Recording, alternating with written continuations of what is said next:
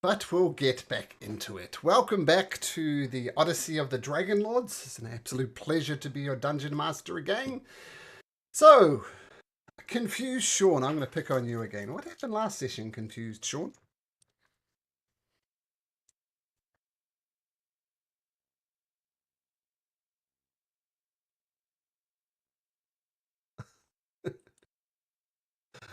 Okay, I'll let you off. Let's do Crow or Corin or Belzebeth. One of those three can do it.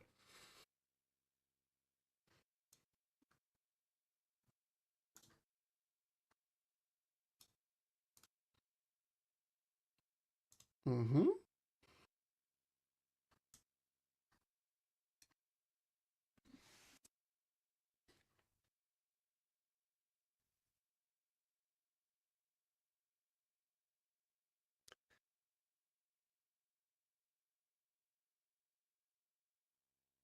And the oarsman as well.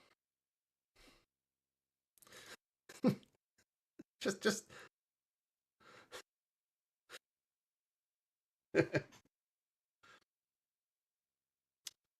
Hmm.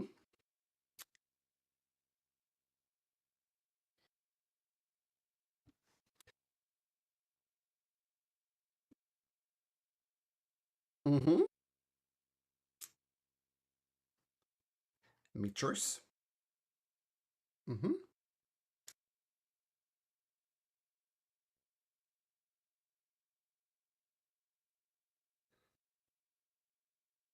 Mm-hmm. I'll pick it up from the dream sequence from when that starts. There was, of course, the old saving everybody, saving the children as well. That was part of it. But yes, that's all right.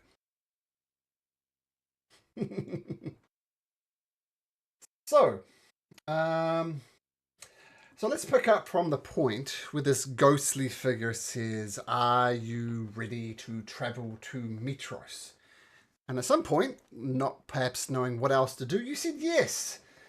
And the Ultros, if you remember, the Ultros was in this kind of a cavern, like a mini lake inside this cavern with no apparent way out. But regardless, when you confirm that you indeed do want to go to Mitros, the Ultros raises anchor and smoothly sails towards the canyon wall. The cliff looms closer and closer as the ship picks up speed, as if preparing to smash through the rocks. Just when it seems like the ship must collide with the wall, it suddenly dives underwater. The decks of the Ultros flood with water as it submerges, and you are all forced to hold your breath. Apart from Cassandra, of course, because Cassandra's cool. And the ship travels at a terrific speed, rushing past large aquatic creatures and shadowy rock formations. Your lungs ache with the effort of holding your breath. But finally, the ship surfaces, and you find yourself surrounded on all sides by the Cerulean Gulf. And as the ship picks up speed, the oarsmen straining against the oars, the ship starts to gently rock, and the sounds of the waves lap against the hull as you all fall asleep. Regardless if you're of elfin origins or not, you are forced to sleep. Um, your sleep takes you on a journey to a distant time, sailing on a distant sea. The sky above you is strange and otherworldly. You look for familiar constellations in the skies, but they are not there. You stand on the deck of the Ultros, surrounded by dozens of men with grim faces and ancient weapons. Somehow you know you are part of the ship's crew and that you serve the captain in countless battles. Standing at the prow of the ship is a tall man with long grey dreadlocks. His engraved bronze pauldrons mark him as one of the legendary Dragon Lords. This is Estor Archelander, and he calls the entire crew, including you, to the deck. What do you do?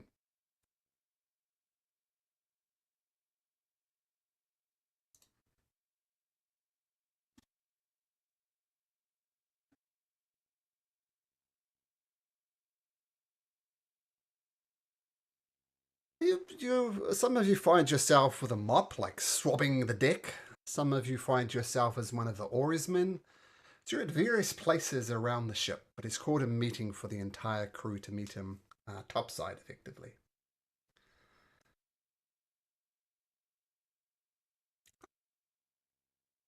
Okay, and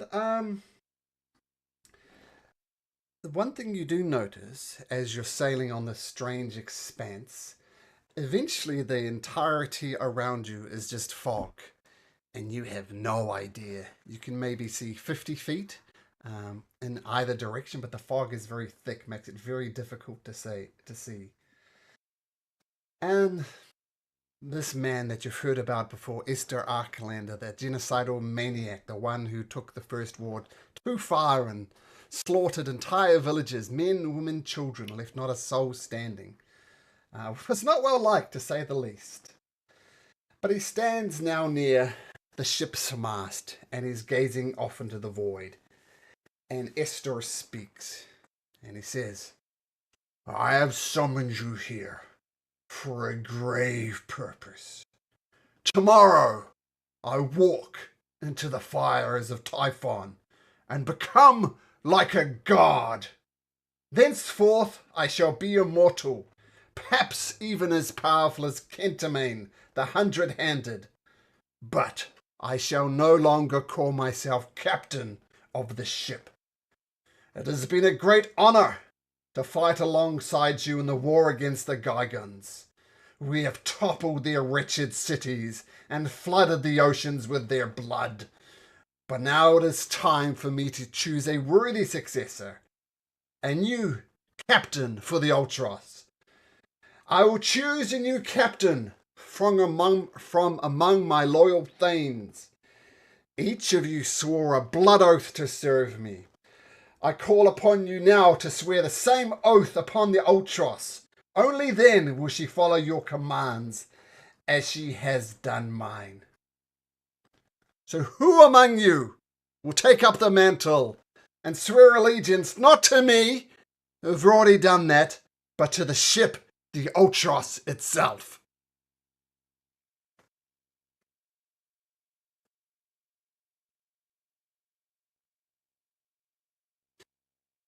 "What's your name, sailor?"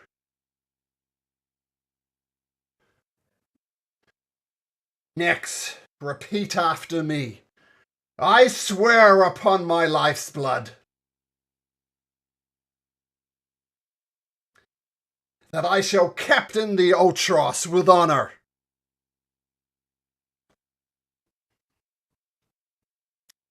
Even though we should set sail into the maw of the Nether Sea,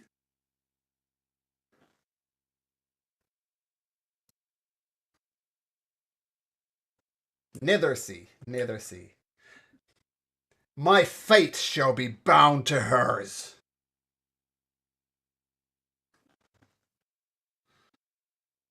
Who among you will claim ownership?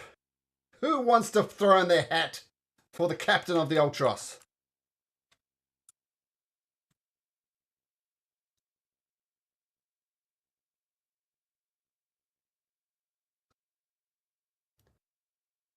"Does anybody else wish to swear allegiance to the ship?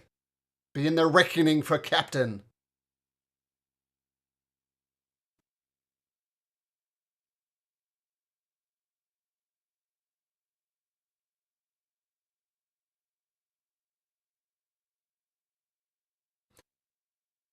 All right.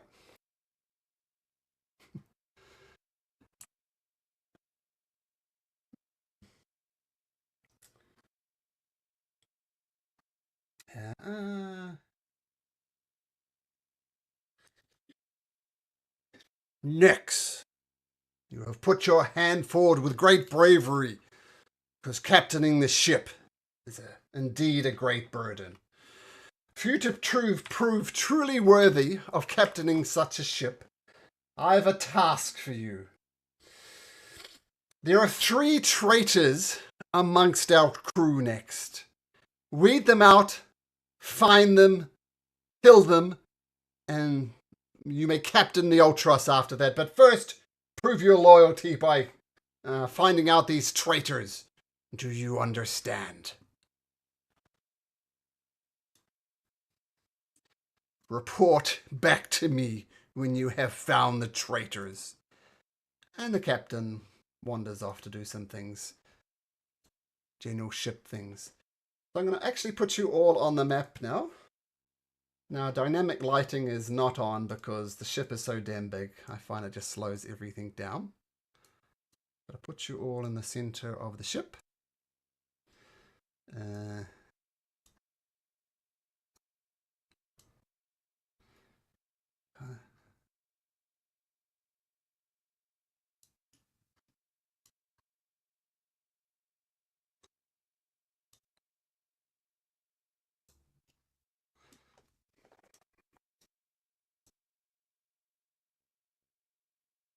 Yeah, the ship is perfectly lit. I'm just saying I turned off the Roll20 dynamic lighting for line of sight and stuff because it just slows everything to a crawl. That's what I meant by lighting. But sorry, as you were, you're all right there. What do you do?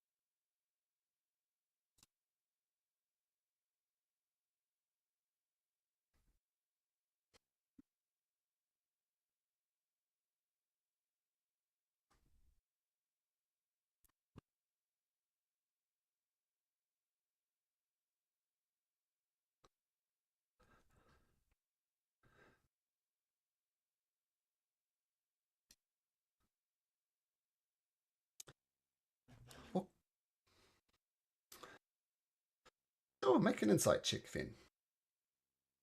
As you scan up, looking back and forth along the crew.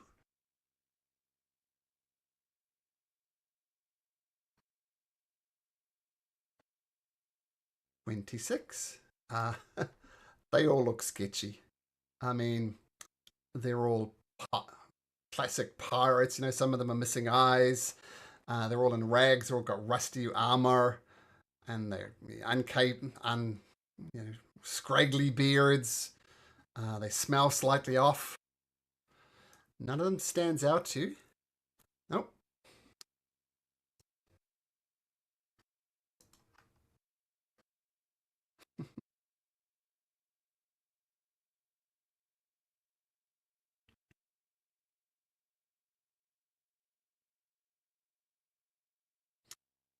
Make a persuasion check with advantage. As you're putting in 10 gold pieces, which is quite a lot. Oh, 10 gold pieces is putting ahead. All right. One of the Thanes says, show me the gold and I'll tell you who I suspect. Gold first, though.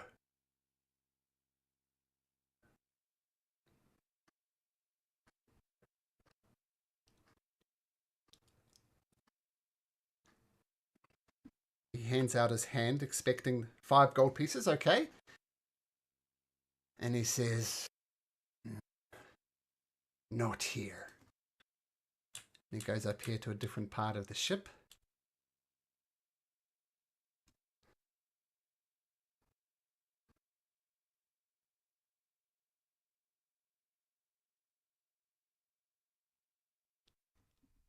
Well, at the start they were undead, uh, ghostly type figures, and now they're just scraggly pirates. But I didn't refresh all the tokens, so imagine they're just only pirates, not undead as they were before. So he takes you to a quieter part of the ship and says, "Look, I don't know much about anything, but all of my fellow oarsmen up here, we put in a honest day's work for an honest day's pay. And quite frankly, it's not easy. But orders are orders. But I tell you what, that navigator, he's always had his eye on Esther Arkalander's uh, job, shall we say. I'm quite frankly surprised he didn't put his hand up when he was asking for potential new captains of the Ultros. So, if I was you, I'd go check him out. You find him behind the door to the south.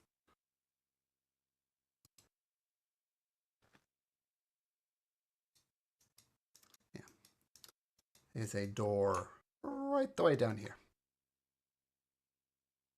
And there, for that matter.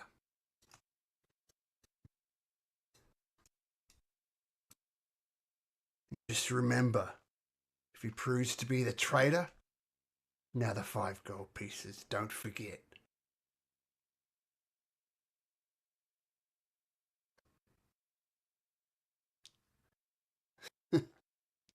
Never been under a woman captain before, but first time for everything.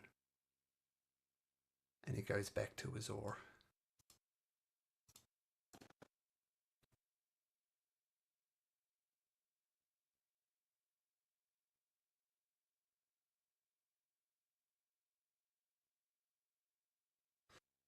All the way to the south of the boat.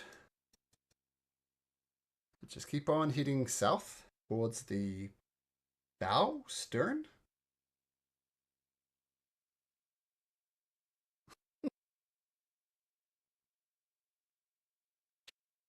Well, the one in the southerly direction of the map.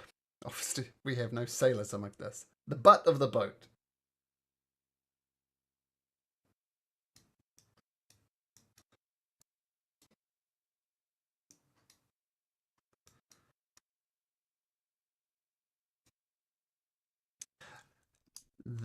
This is the door. By the way, there's stairs down. You could go down a level if you like. When you went there before the dream started, it appeared to be just be a storage area. And there's a deck above you as well. So you're kind of right in the belly of the ship at the moment. But yep, doors in front of Cassandra and kind of in front of Crow.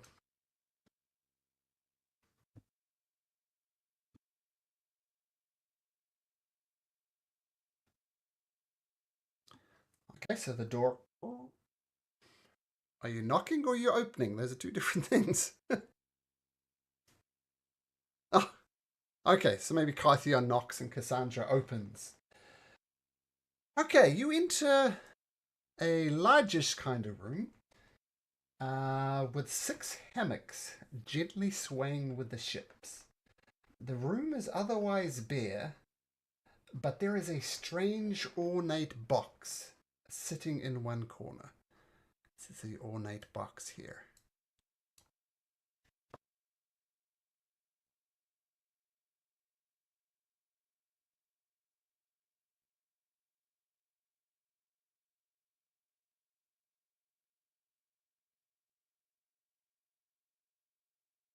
It appears to be a fairly mundane box. Maybe nothing strikes you as magical, like I don't spot any runes. Just looks like a well-made box.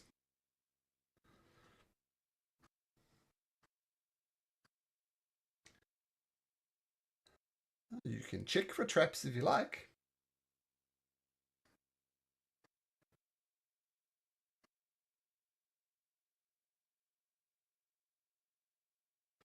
Oh, sure, investigation and add your proficiency on top of that, assuming you're proficient with these tools. 16 or 13.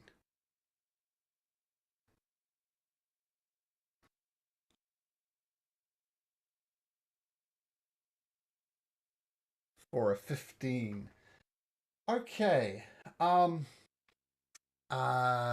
your opinion, it's not trapped, but it's definitely locked.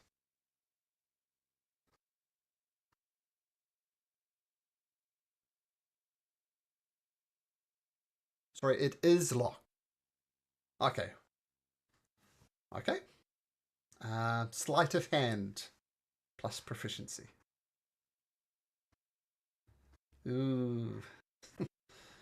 I feel I don't press this button enough anymore. But that's a fail.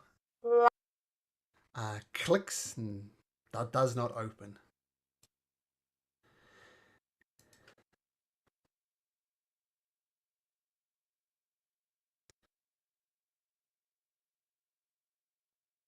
As you say this, Python, one of the hammocks that's swaying, you notice it kind of sways in a slightly different direction.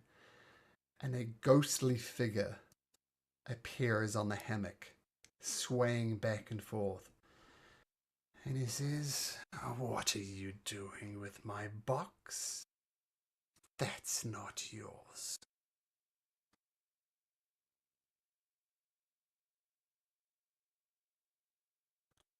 You have found him. I see Captain Arcalander is still hiring fools. But yes, I'm the navigator. My name is Metron.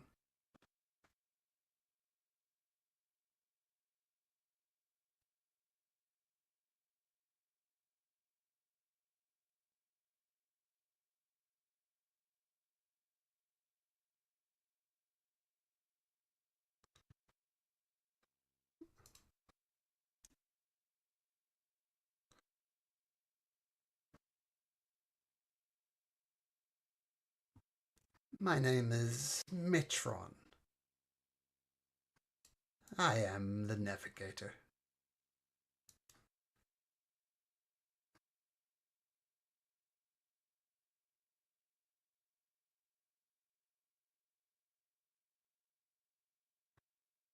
Well, two questions there.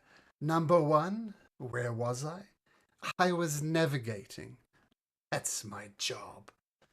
It's very important people know their place on a ship such as the Ultros. And do I have ambitions to captain the Ultros? I think if you asked every sailor on this vessel if they had dreams of sailing such a magnificent vessel as this, they would all say yes. So would I like to be captain? I would say yes.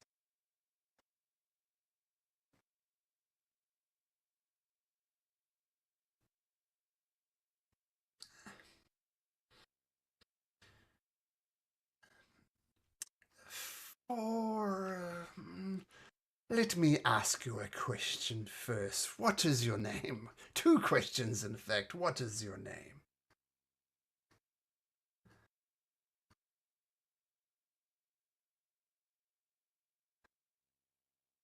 Oh, Nick. What do you what do you know of current Captain Esther Arcalander?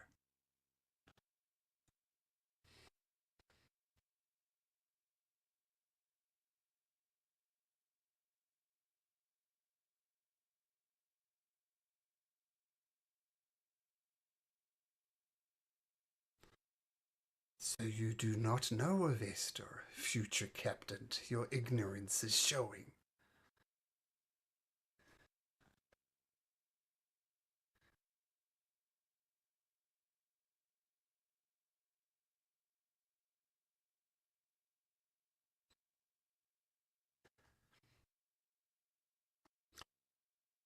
What's in the box, you ask? Well, that relates back to Esther Arcalander. It is no mystery that he was a cruel man who was responsible for untold thousands of deaths.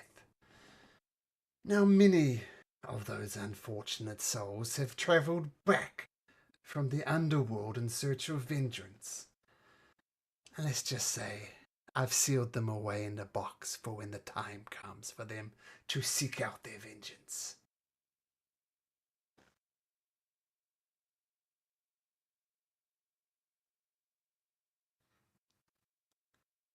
Mm-hmm.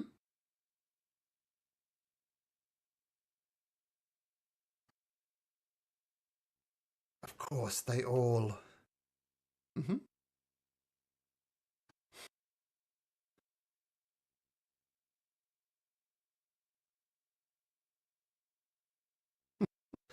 Oh, well, if you picked it up, it didn't pick up. It's stuck to the floor as well.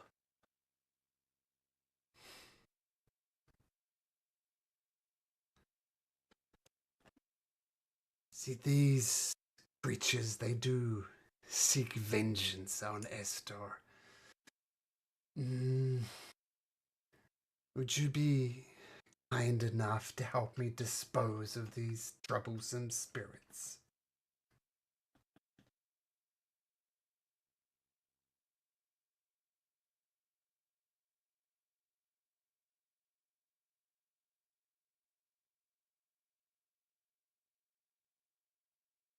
Well, let's see. And he flicks the lid of the box open. And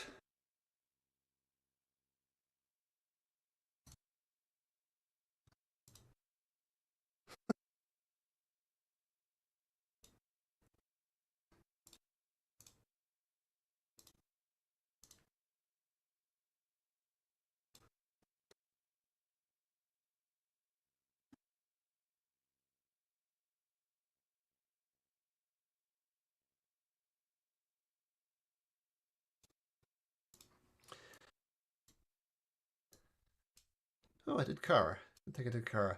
Okay, so he flicks the box open, and you pause for a second and says, "Oh, I, um, I don't like this, guys. Spooky ghosts." And Kara comes up, and she's gonna right off the bat sing her song of heroism. Ah, spooky times, guys. And he opens the box, and you see something moving around inside, but nothing quite yet has come out. Kaiten, you're standing right next to the box, and you see spirits about to erupt from here. What do you do?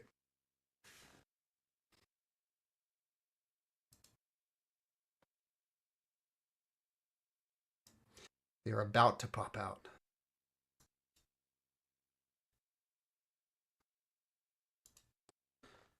Yep.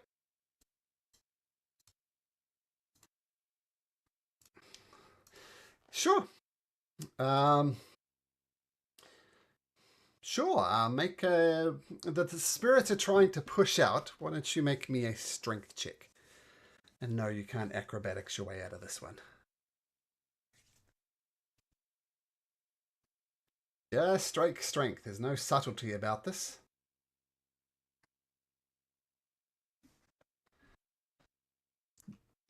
Yeah, you push it down as hard as you can, Kaithion, but the spirits, they want out. What do they want? Do they want vengeance? We shall see. Make sure I got this right. Okay. It was.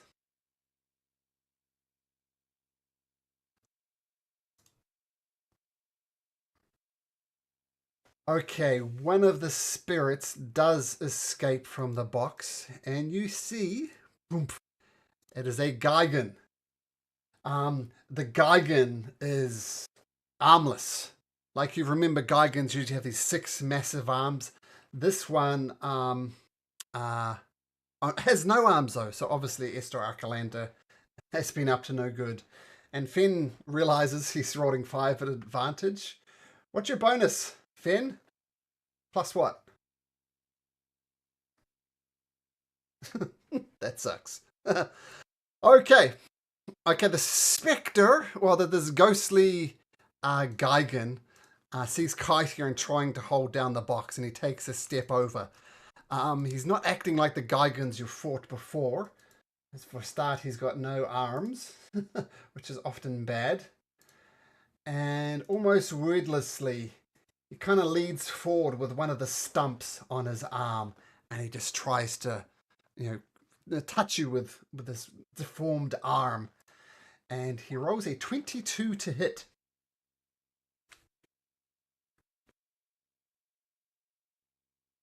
Shield, so the shield comes up, and you see this necrotic energy erupting around the shield. So Kytheon, that would make your AC now 23. Okay, so the 22 mists. That's all it does. Not attacking like a normal Gigan. Corin, you're up. Is it Corin or Crow? I think it's Crow, isn't it?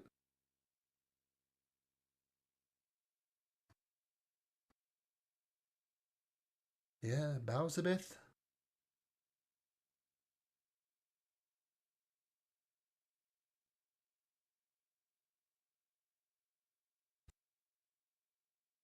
Oh, okay, for a minute or so, I see that now. Okay, Corin is going to have a turn when she comes back on. Next, what would you like to do as this guy going ghostly with no arms? Quite grotesque to witness. What do you do?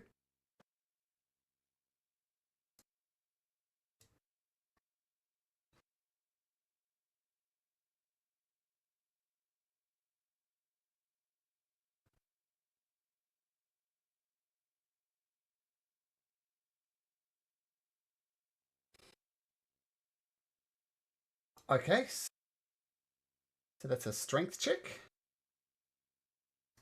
It rolls a 14.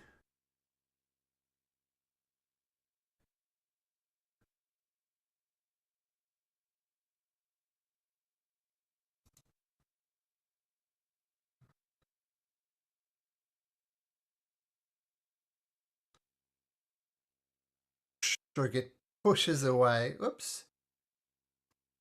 Not quite doing that. It gets pushed along and slams right into the south of the ship. Yeah. Okay, so that's your bonus action.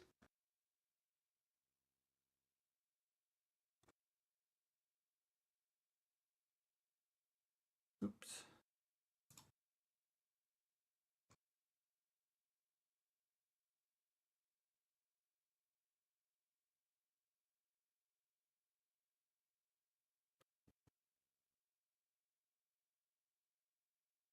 Sorry, just a second.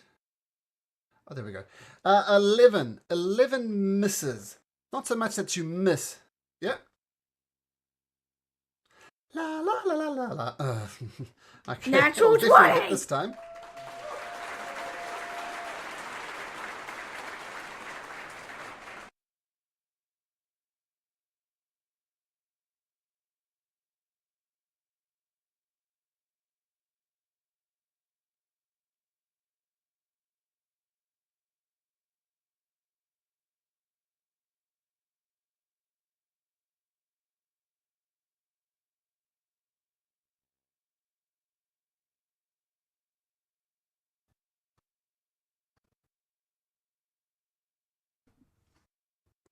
Sure.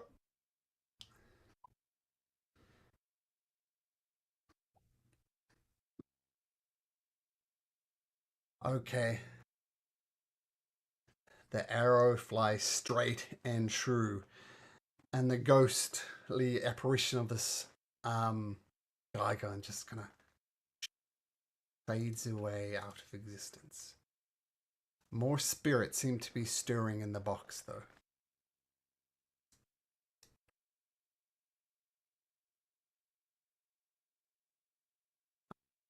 Cool. The shooting, pushing, destroying. Nice. And Crow, you didn't roll initiative. So you're at 3. Oh, I have you as a. I have you. Have your choice as a 16. Didn't you roll a 16? Oh, I didn't roll anything. Well, we'll get rid of that. There's also a Corin 16. Oh, we'll remove Corin. Oh, okay. Hopefully it's not a fire. And cassette. What? This is weird. We've got 2 Nexes. Get rid of this Nex here. 2 Cassandras. Well, maybe it's me.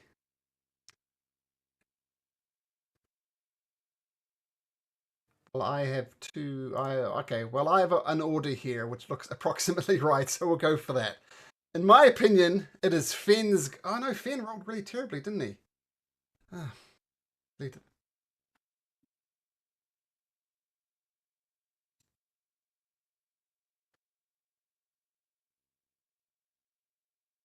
Cassandra, oh, man.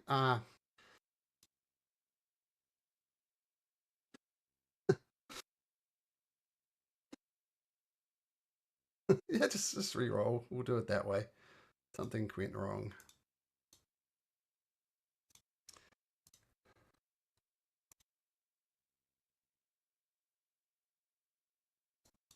Oops. And so we'll just go with whatever order we have now. Ah. And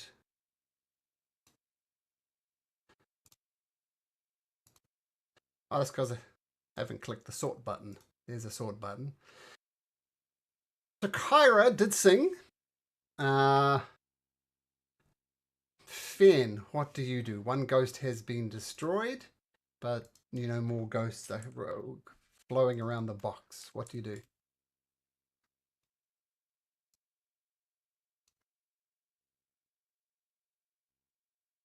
Okay. We'll go with brown bear, and we'll call these octopuses. Does that work for you? And yeah, I'll give you another one. Okay. Basically, it's this little one here next to Kytheon.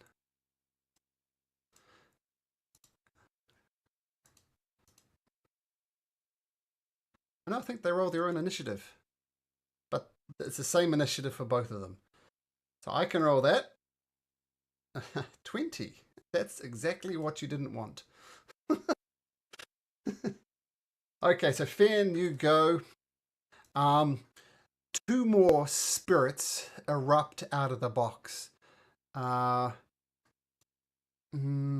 appears here. And wait, whoops, not there. That's the wrong thing. And they kind of look like they're kind of inside the wall and outside the wall. And that is indeed where they are. So I'm going to roll this randomly. Oh, wait, I didn't roll in the captain. On my new initiative. Or the navigator, rather. What? Just a tick. 6. There it goes right there. Oh, no, that was right. Weird. Okay, so one of them appears. The logical thing would be to attack Finn, but I'm going to roll for it. 1 to 2, Finn. 3 to 4, Cassandra. So Cassandra, this ghostly Gigan without arms, reaches over and tries to just nub you with the stub of his arm. And he rolls a 9, misses terribly. The other one sees Crow standing right there. And once again, it reaches out its ghostly form towards you and rolls a 19, Corin. Does that hit? Okay, make me a Constitution saving throw, please. 21. So that's good. You take 11 points of necrotic damage. And what happens if you fail, you'll never know. So these two spectres appear, one getting a good hit on Crow. Nyx has had a turn, so we'll skip Nyx. Kytheon, I don't think you had a turn, did you? Ah, that's right. And Tethys definitely didn't have a turn. So Tethys, what do you do?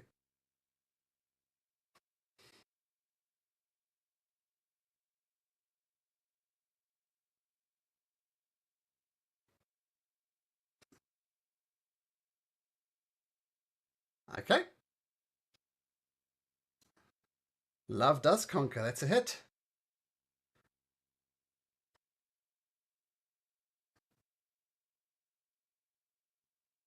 8. 8 piercing. Nice.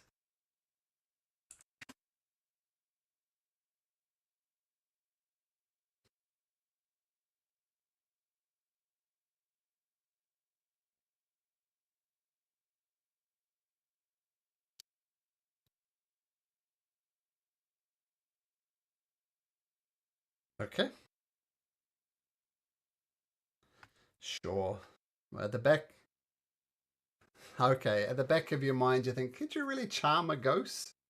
Does it even make sense? And you resist the temptation, shall we say. Sandra, as the shopper of cupidity strikes for love, what do you do?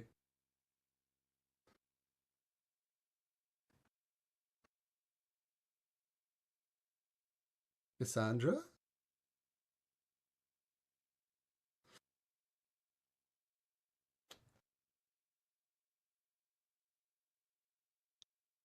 Okay. Take a swing. Rage first, okay.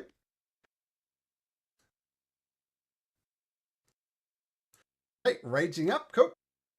23 hits. 16 points of damage. The creature almost becomes incorporeal completely, but it doesn't. Still there. So second swing hits. I assume you're going to do enough damage, and another one of these specters just disappears. Okay. Also hit the 20. Okay, 13. Got it. Okay, nice. Cassandra goes on one of her rages, and Metron is kind of there grinning, and he's going to take the dodge action. And take the dodge action. And Crow.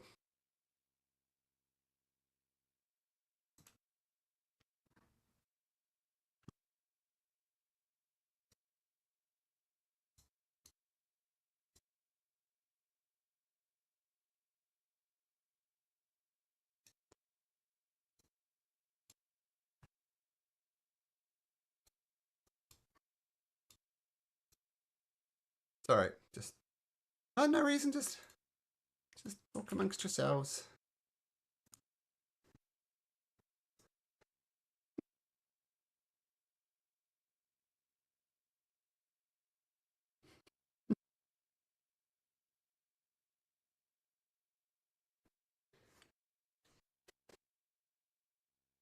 Sure. To disengage, the creature takes a pathetic swipe at you, but it misses, and you see more spirits appear. I'll explain what they are as soon as I rolled them into initiative. Actually, they should have appeared not quite like this, but this will do. So 4 ghostly, eyeless Amazonian warriors appear. They're kind of shooting around. One shoots for Fen. One stays on Kythian as it comes out of the box. Another one goes for Cassandra. And a fourth one goes to Nyx as they erupt out of the box. So eyeless Amazonian warriors, 4 of them. Kara says, oh my goodness, this is spooky. I don't like it, but you guys are heroes. I believe in you. Excuse me, Mr. Ghost, I'm going to pretend to be an oarsman. And she starts rowing the oars, trying to look inconspicuous. And the spectre right next to Kythian reaches out lidlessly, just reaching by touch alone, and tries to just touch you gently on the cheek. And next, it's a 16, which will hit. Is your shield still up? I think it is, isn't it?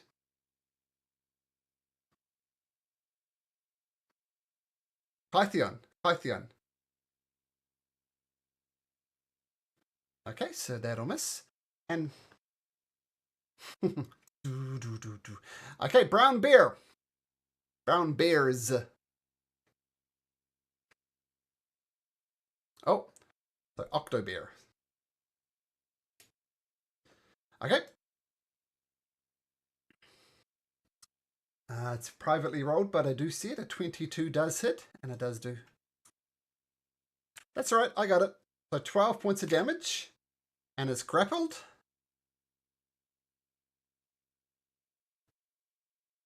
Yeah, auto grappled. Restrained, okay, cool.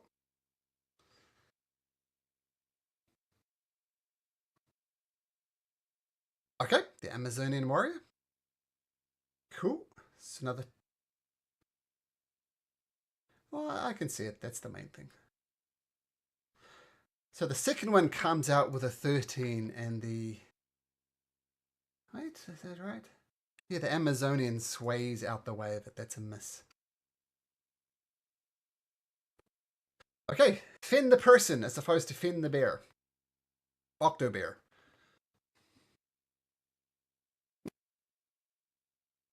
Okay, we'll call you. We'll use this token here,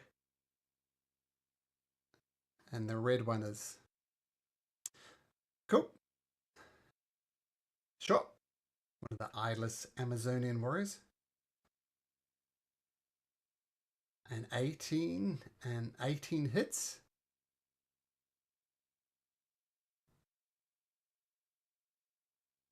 Now, one thing, as you 13 misses, as the jaws sink into it, you don't do quite as much damage as you want to. These things are incorporeal. In fact, this one should have taken less as well. Give this one 6 hit points back.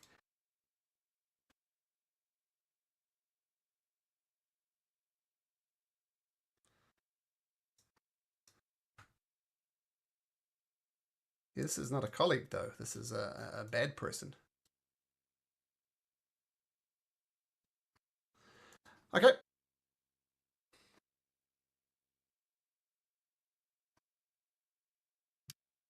Oh, over this mobile. Okay, so no attacks of opportunity? Okay, cool.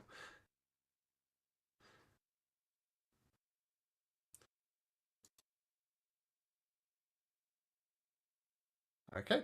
Second polar bear bite. Nah, misses anyway. Okay, Car says, I'm trying. I'm trying.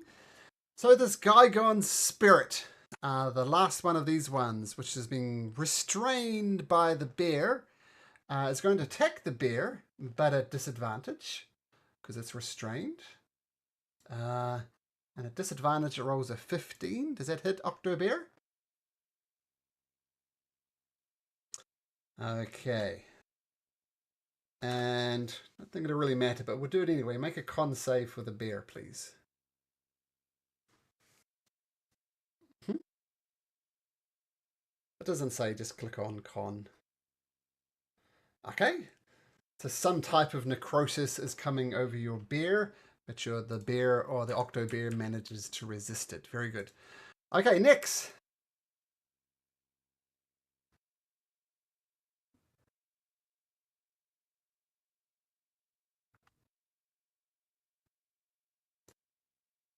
Okay. Sure, it's a natural 20 for a 15. The spectres are not very strong. Does a 15 succeed?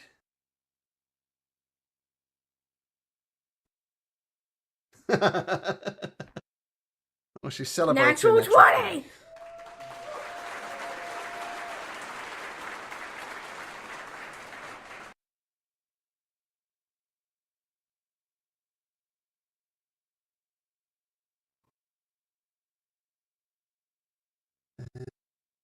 Okay, let me just check something.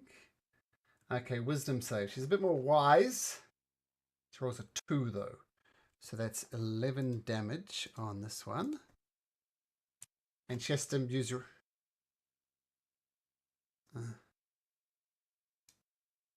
Yay.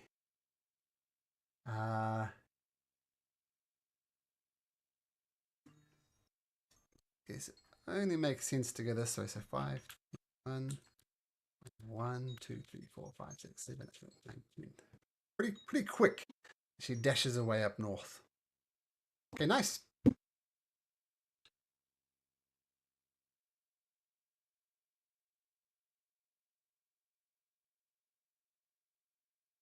Okay, very good. Kytheon. Amazonian next to you. What do you do?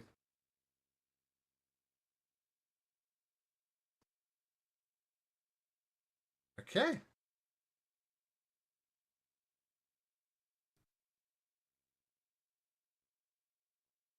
Okay. The axe of Xander. And so it's okay. Okay, so, whoops. 18 damage now, and then 7 as it moves. Okay, you hit, and a massive boom echoes around the ship.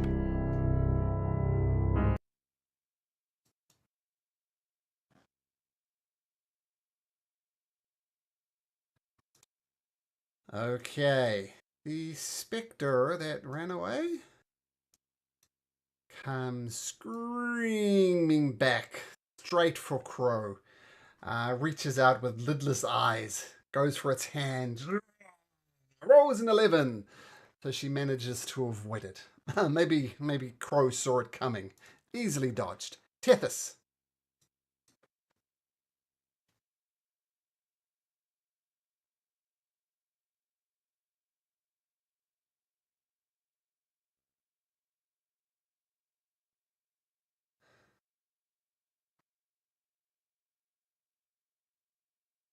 Okay.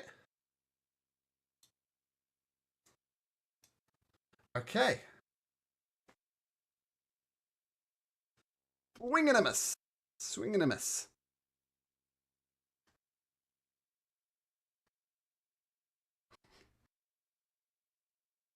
Okay, cool. Okay, so big swing with your bright blade. It misses. Cassandra, the ghost to the south of you, this Amazonian woman, reaches out with lidless eyes and rolls a dirty 20. Does that hit? That does hit. Okay, make me a con save, please.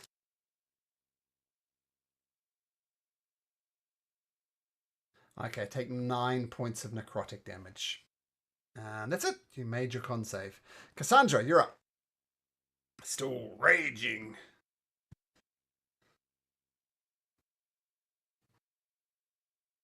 At advantage, as the octopus has wrapped it up in its tentacle, so at advantage.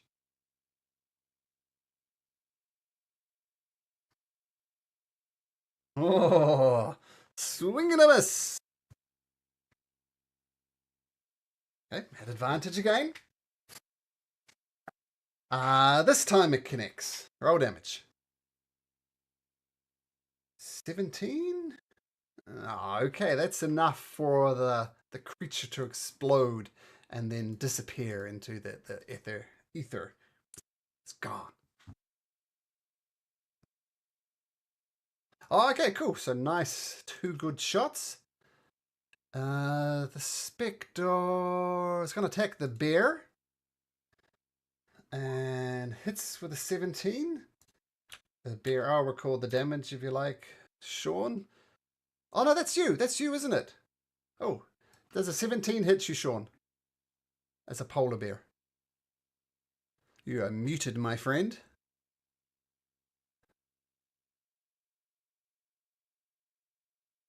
12 AC. So 9 points of necrotic damage and make a con save.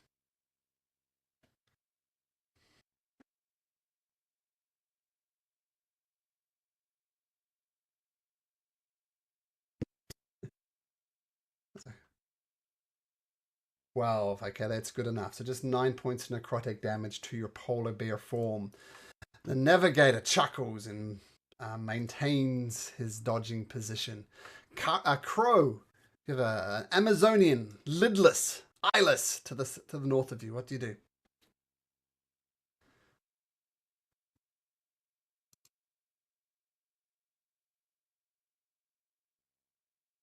Mm-hmm. Yep, disadvantage.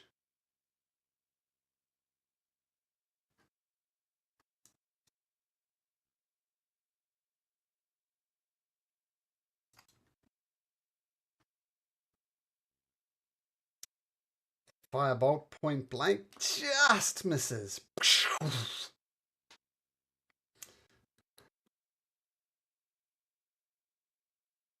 Yeah, I'm singing. You got this, Crow. I believe in you. You said just a dice. So just make a firebolt attack just normally. So 1 more dice. Okay. Kara momentarily stumbles over her tune as you are still surrounded. Stay there, Crow.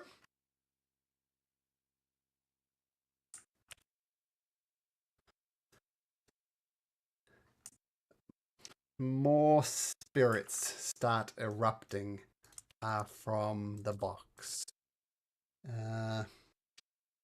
4 headless centaurs appear. I'm just keeping them medium. One, of course, by Kytheon because he's right there. And one of them swirls over to Cassandra. One of them goes for the spear. And one of them will go for the spear. And I should have rolled them initiative while I had them.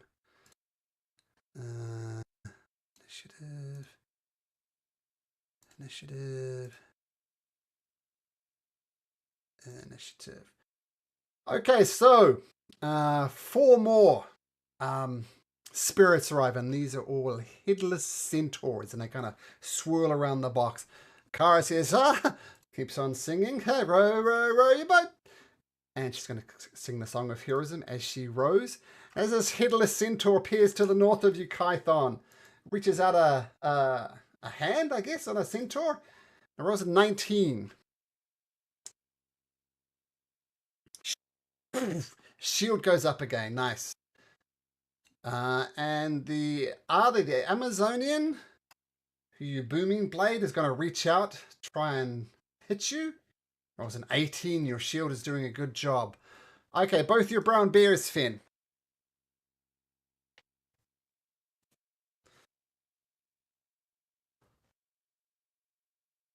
Well, I'm not sure which one it was, but it misses. 16's a miss. Okay. Octo pods come out. Oh, yeah, sure. So let's just re-roll again for the tentacles. For the song. For this first one. That still misses. Okay. And then tentacle attack against this guy here. Oh, buddy. Lots of swinging and misses. Yeah, you already used it. Okay, Finn the polar bear.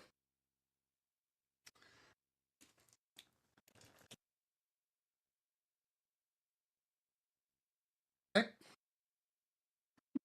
Polar bear's claws come out. Polar bear claws hit.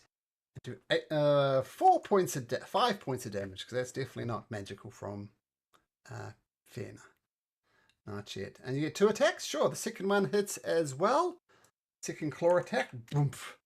And the Amazonian's looking pretty bad. Oh, wait. 3 to 10. Oh, no, sorry, that takes her out. Does it? No, it doesn't. Just hanging in there. Tell a lie. Okay.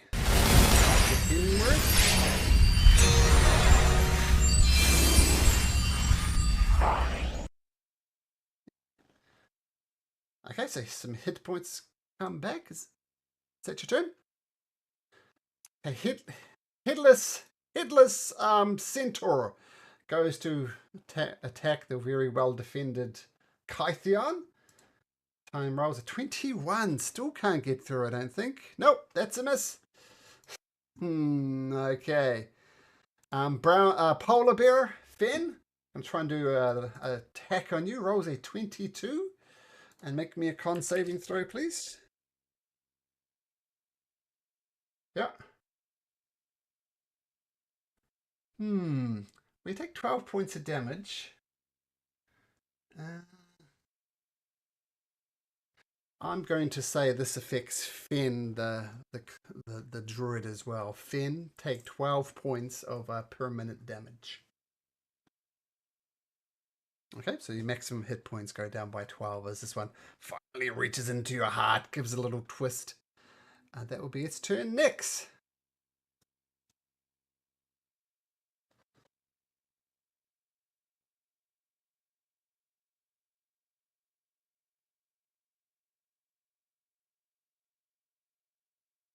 This one up here? Sure. That hits.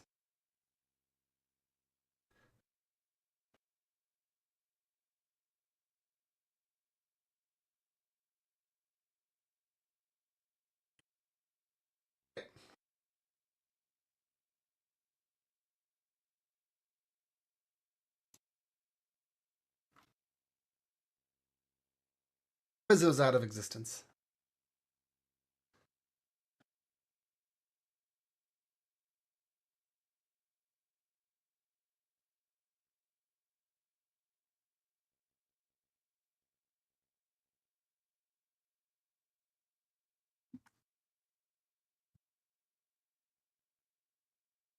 Okay, Kythian, behind your shield, what do you do?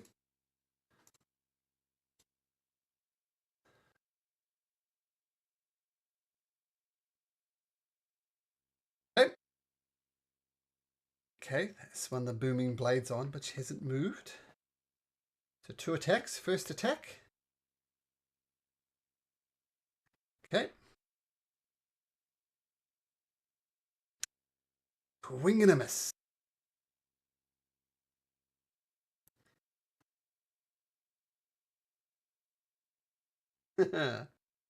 Or the ethereal nature of it. 19 does it. And with the axe of Xander, you cleave through the creature and it dissipates into nothingness.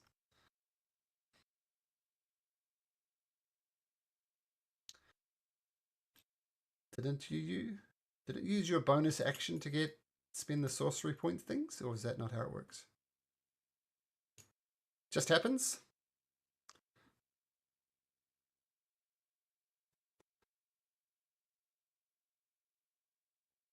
Sure. So you still have your bonus action. Who are you inspiring?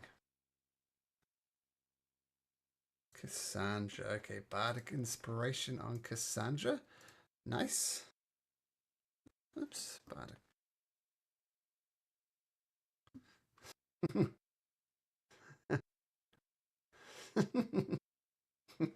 He laughs at you and says, "Oh, you're doing so well behind your shield. Just keep at it." Tethys.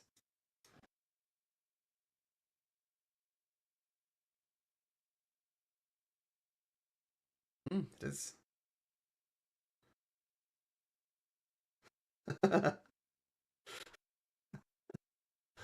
Please do.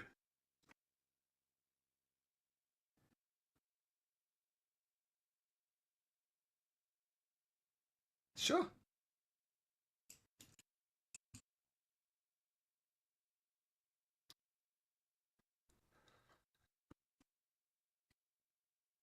Yep, so, yep, sure.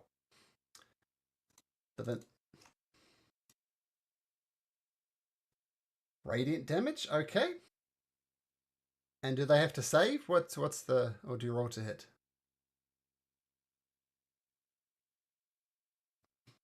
Okay.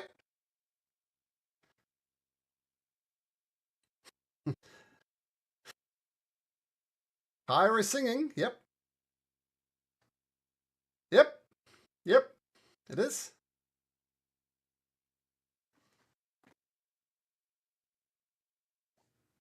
Oh, the lightning arcs, but 17's a miss.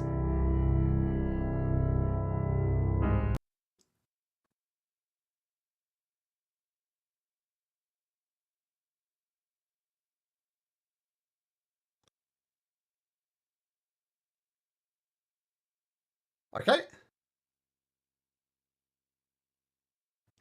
One more time. Oh, still misses. So that's all of that was your first chromatic orb. You still have your second one because you twinned it, right?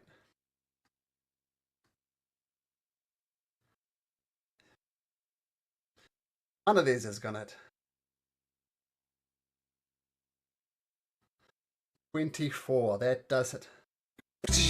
Roll damage.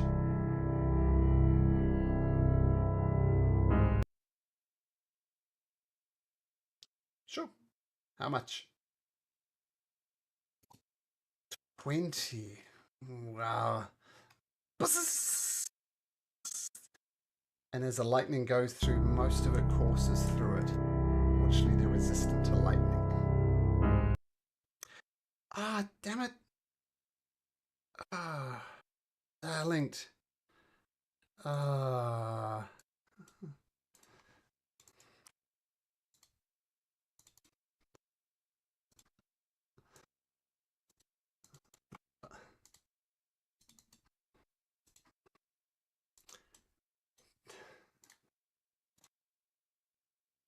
Okay, they're all unlinked now, so...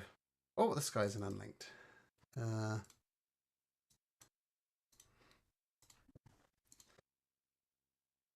Okay.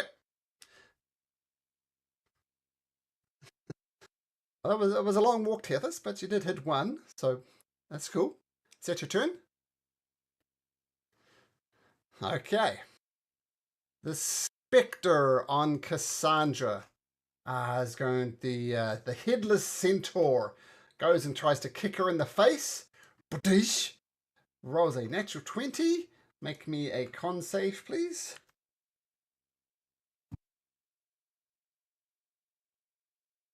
Okay, so no permanent damage, but you do take 19 points of necrotic damage. The one to the south of you is going to try and do the same thing, and it rolls a 10, so that one's going to miss. And Cassandra, as you feel some of your life force getting sucked out, what do you do?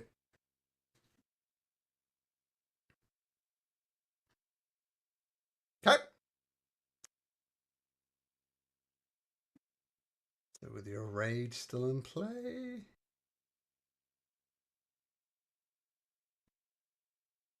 Okay. 27 hits. 15. Is Dramatic Pause magical? I don't think it is it? Okay, got it. So, crashes down. It almost seems like an oxymoron there. Raging Dramatic Pause.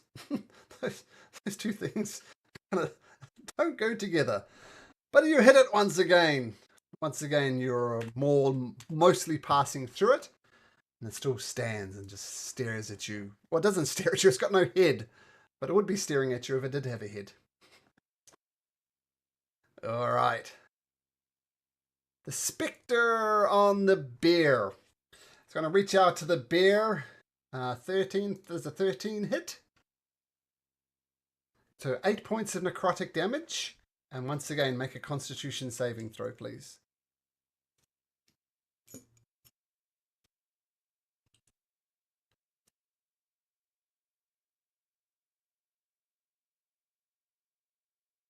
Okay, so just 8 points of necrotic damage. No quiet thing. And Metron takes a step over towards Kytheon and says, okay, I'll try and close the box. It's going to be like that. Crow, for once, not surrounded by bad guys. What do you do?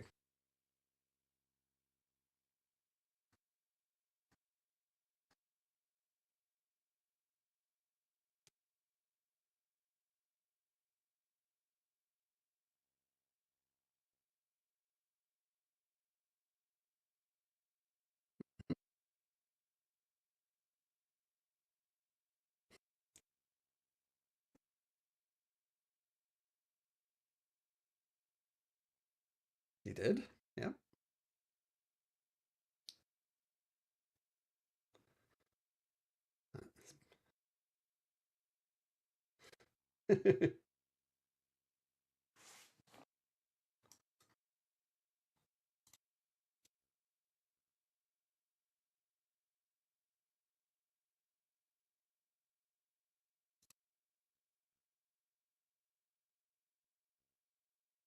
Okay.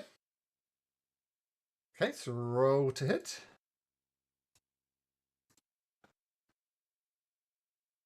20 hits. That's 5 points of damage. But you arc. And we'll do a little witch bolt connection between the two of you. Okay, beautiful. Get it lit up. And as you're admiring your lit up thing, 5 more creatures appear. These ones are minotaurs, and most of their guts are hanging out. They're like being gutted. Oh, my macros not worth to these individually. And yeah, 5 more spirits, these minotaurs. I'm just going to make them, medium size, just because it's too tricky otherwise. So minotaurs come spewing out of them. One more goes for Kytheon, even though he's really hard to hit. 1, 2 come for Cassandra. Flying out through the spaces. 1 goes for Crow. And oh, the bear is already surrounded. Yeah, 2 go for Crow. There we go. That'll teach you magic user being in the front line. So Kara keeps on rowing the boat, trying to look inconspicuous, and she continues to sing her song of heroism by singing "Row, row, row the boat," and she's doing how you can do it in the circle, like they did it in school. She's doing that, but all by herself. It's very impressive. And as this gutted minotaur comes out next to you, Crow, it's rather disgusting. One hand is holding its insides on the inside, and it reaches out with a hoof to touch you. The 16? Shield goes up. Okay. The Spectre next to Kytheon. The Headless Centaur. Misses with an 11. Okay, bear time. Oh, sorry, octopus time.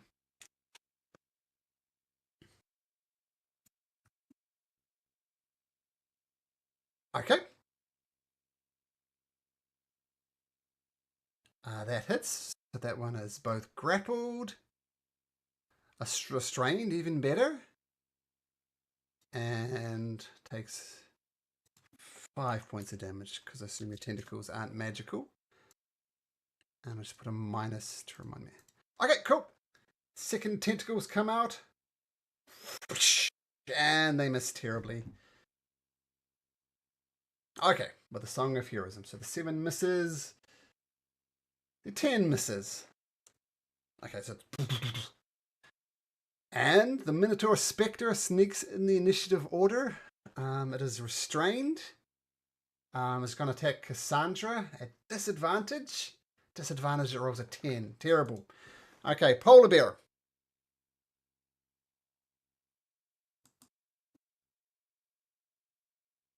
Hey. Claws come out, or the bite comes out, and that one does hit. Which one do you hit? Okay. That's enough for it to dissipate. Well, no, wait, no, 9 doesn't hit. What am I talking about? Yeah, 9, sorry.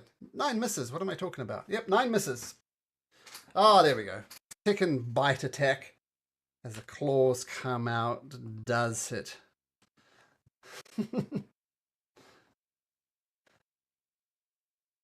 Okay, that one does hit for 7 points of damage as the claws don't quite get purchased on the creature. Okay.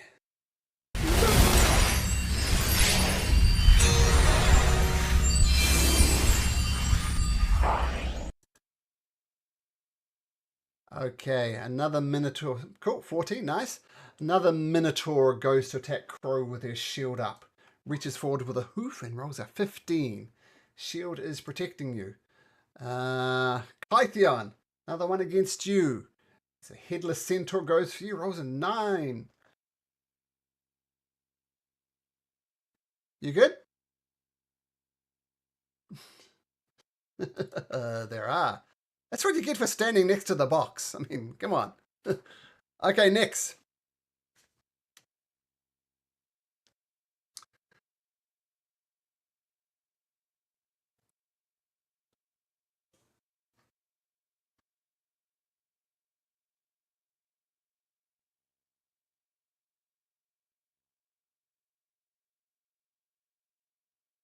You can choose to fail that if you like Crow and just move.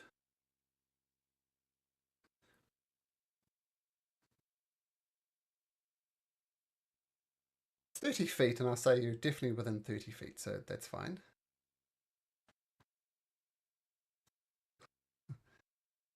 There we go. Okay, it's bonus action, yep. Crow obviously doesn't resist.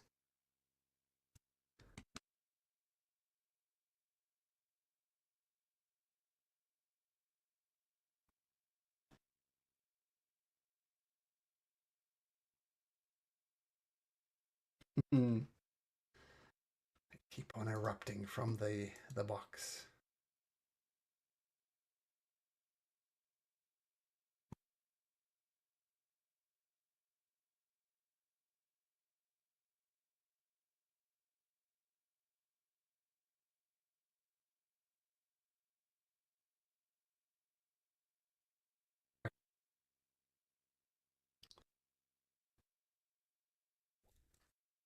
That hits. Oops. That hits. And sorry, which one was it? Okay. Got it. So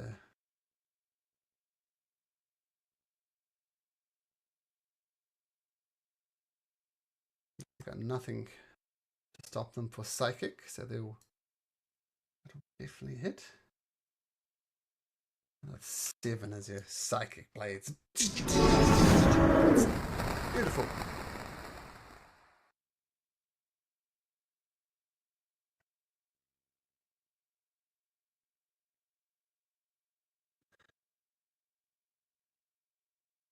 Okay, the Spectre.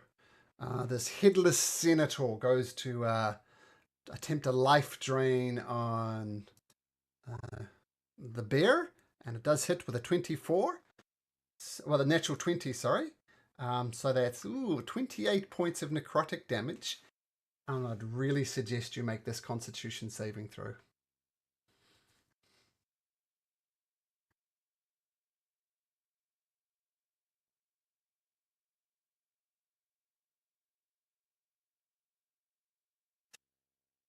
$28 points. Oh, did you just use it on your bear though? Have you used it this round?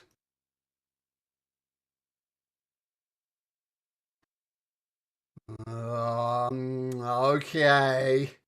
I'll give you that one. Make another con save though. 11. Oh, is 11 make it? I gotta check. No, 11 does make it. Just. DC's 10, so not that hard. So 28 damage, but not permanent, so that's good. Kytheon! Surrounded by creatures!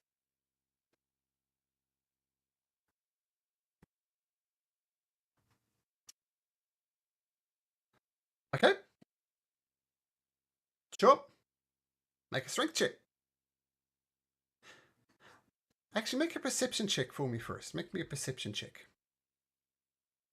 Yep. Yeah, you don't see any more spirits inside the box. It's empty. So, ignore your strength check. You would have noticed it first. So, you still have your action.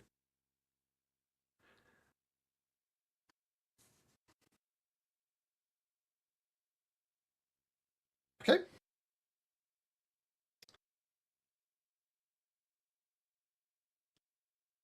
22 hits with the axe of Xander and disappears.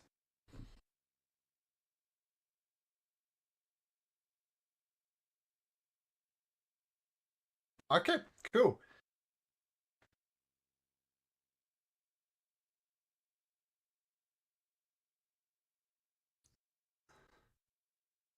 Okay, hex it up. Cool. Cool.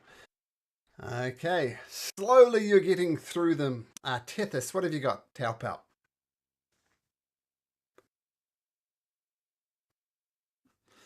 Sure.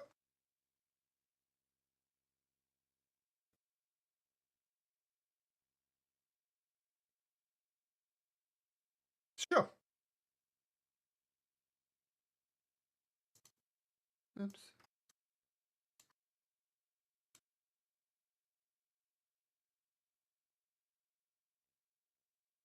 Acid. Okay. Cold. Okay. Okay. Acid. 20 hits. And you can't see this one. So should we do this one next to the bear? You have a choice. This one. Okay. Yeah, let me just share something with you there.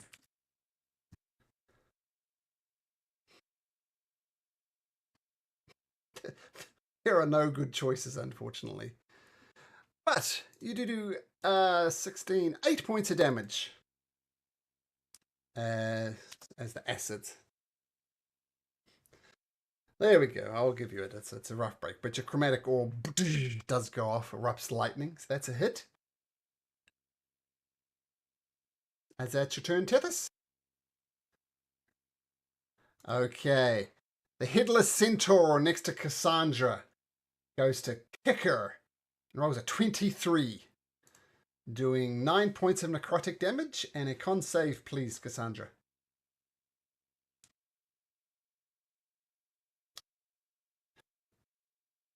Okay, so not permanent. That's good. And of course, your rage isn't stopping these necrotic hits, are they? Nasty. The eyeless Amazonian goes to do it against you, and she rolls a 23 again. That's 10 points of necrotic damage, and make a con saving throw.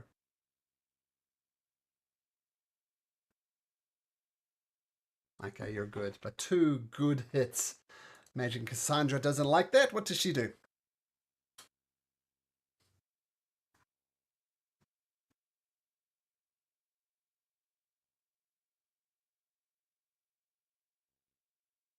I like your logic.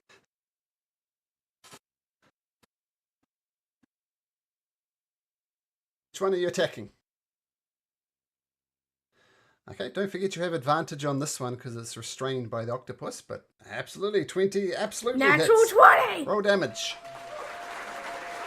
So that's 24, but reduced to 12. Are you taking your rage into account? Okay, so it's 24, but down to 12. Well, you're rolling a +7. Okay, great. Perfect. Okay. Okay. He was gradually getting through it, and with a second hit, the thing it dissipates, goes, and the witch bolt dissipates as well, as it doesn't have a target.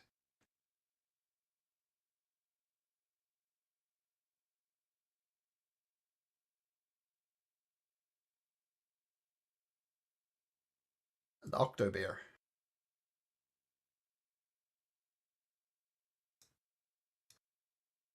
It's struggling to move. Yeah, mechanically it's restrained.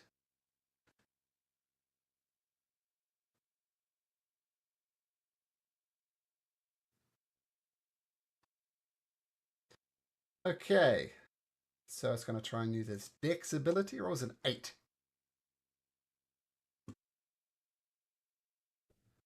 Okay, so you wrap your arms around it. Hard to get a hold of it, but you do. And it becomes grappled. Okay, beautiful. Okay. The gutted Minotaur goes to attempt a life drain on you again, Cassandra. This time rolling a 16, which I believe will miss. Okay, Metron the Navigator. Is he still going to dodge? That's a good question. Hmm.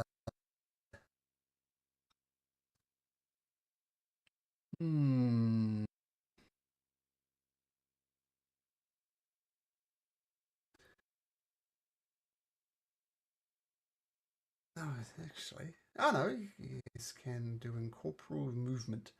So it passes through this Minotaur as if it wasn't there.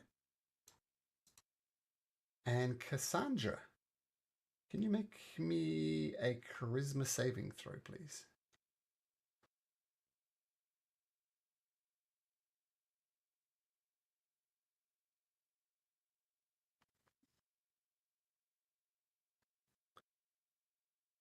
Okay.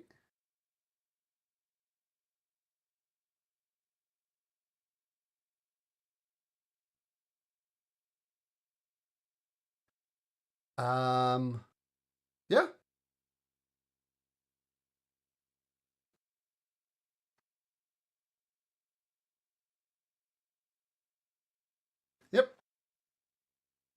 +2 isn't great.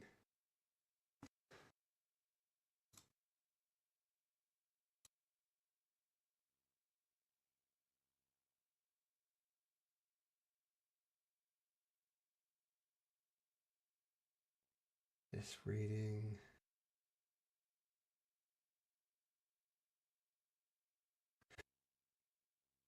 You watch as Cassandra is knocking off these minotaurs left, right, and center. And as she's screaming from the dagger, Metron goes right into her mouth, goes in and you look as a blank expression comes over Cassandra's face. Cassandra, it seems, is not herself. All right. The gutted minotaur next to Kytheon is going to try and hit him with a 12, so that's going to miss. Bro, you don't notice Cassandra is probably possessed, but what do you do?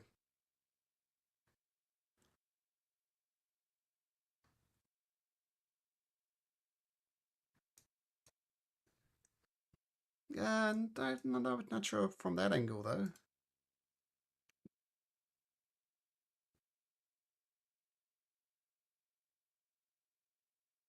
I tell you what, make a perception check, DC 10, not too hard. If you make that, then you did see it happen.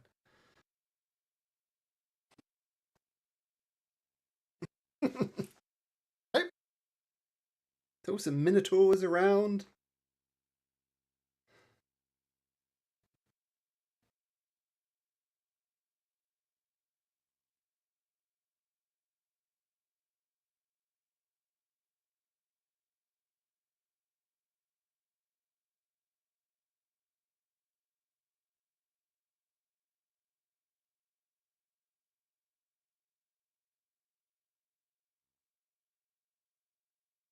Is that what I think it is?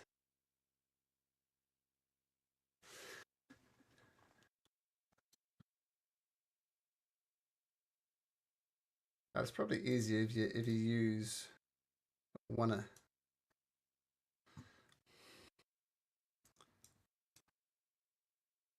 Probably easy to position it with one of those.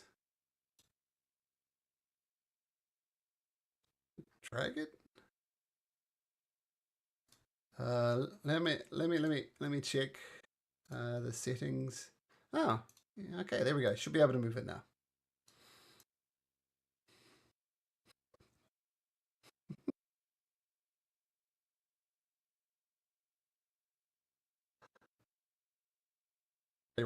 Right there.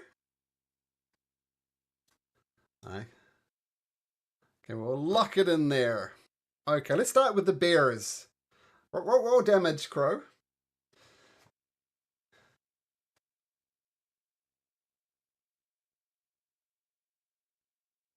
Okay, so the bears take... One takes 37, and the other takes... What's half of it? 18. 37 and 18. You can choose... Okay. Okay, I see you doing that. Thank you. Cassandra. Yeah, you get a dexterity saving throw.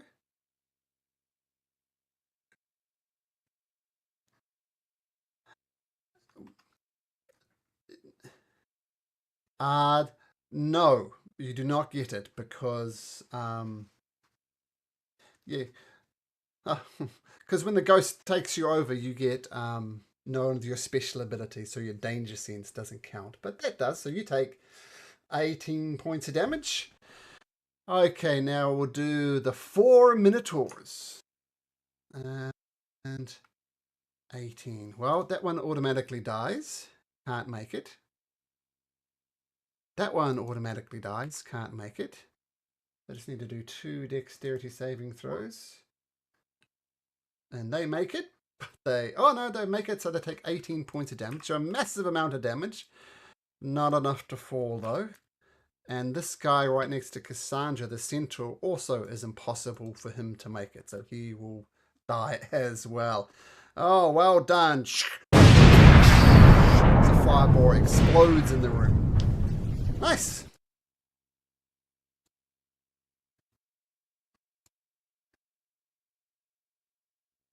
Okay, beautiful. Okay.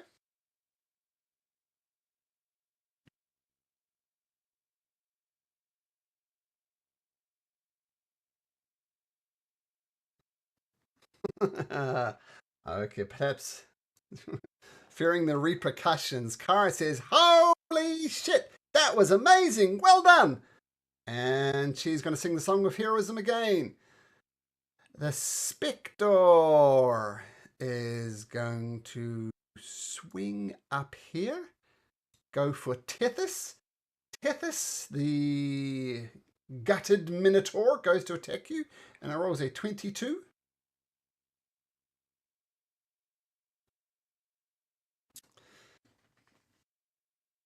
Okay, 9 necrotic and a con saving throw, please.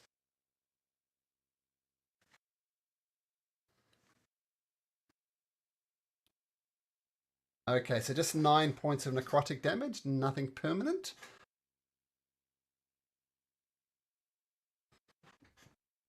This is no, it's different. Necrotic is necrotic and poison is poison. So 9 necrotic. Yep. Okay. Brown bear's turns. Singed bear's turns. What do you do?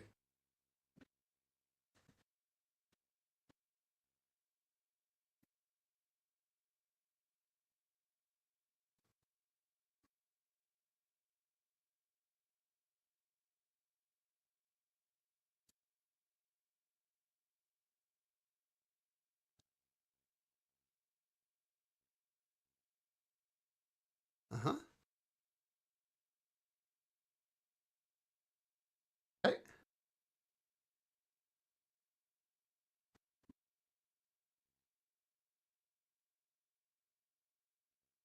This one. Okay, so the tentacles come out. And even that's enough to bludgeon it to death.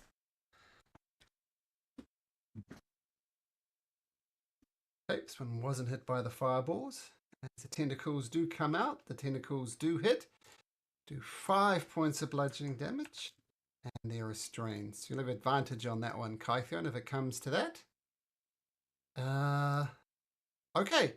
That's a brown bear. And the polar bear. 2 claw attacks, I believe. Was it bite? Let's see. That hits for 5 points of damage. Takes it like a champ. Does not take that one like a champ. Down it goes.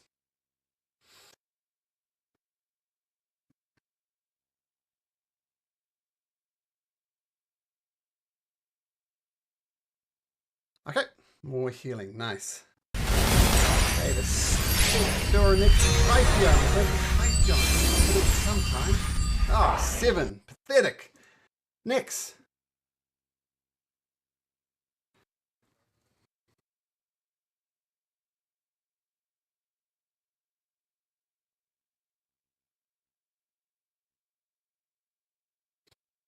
Okay.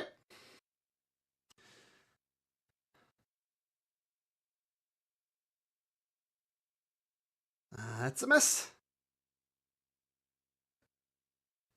Sure.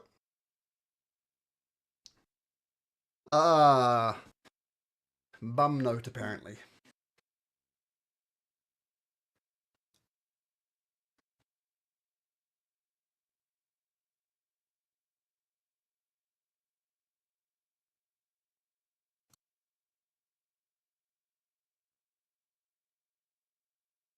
Okay.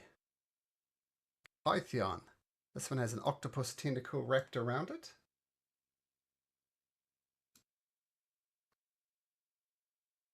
Okay.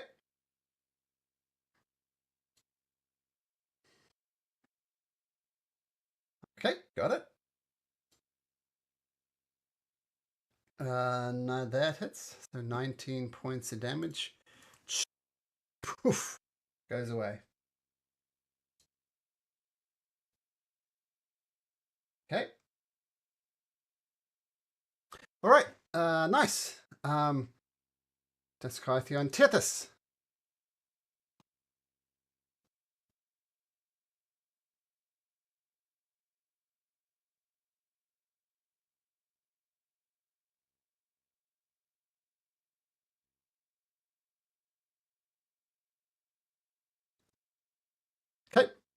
Give it the old 1-2. Ah, that hits. And that's enough for the Minotaur. Oh, well, it dies, regardless.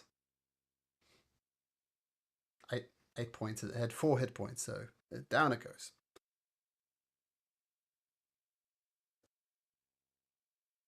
Cassandra, do you have any potions on you?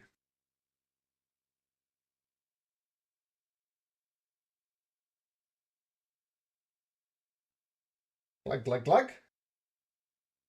Okay, now you don't have a potion of heroism. So that's 10 hit points, and as if you're under a bless. Actually, do you want to just increase your hit points by 10, Cassandra? We'll just do it that way. And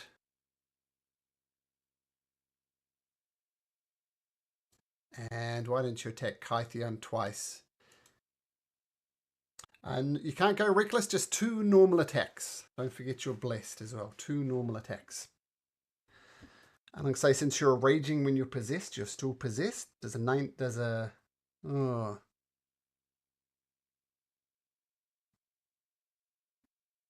There's a 22 hit Kythion.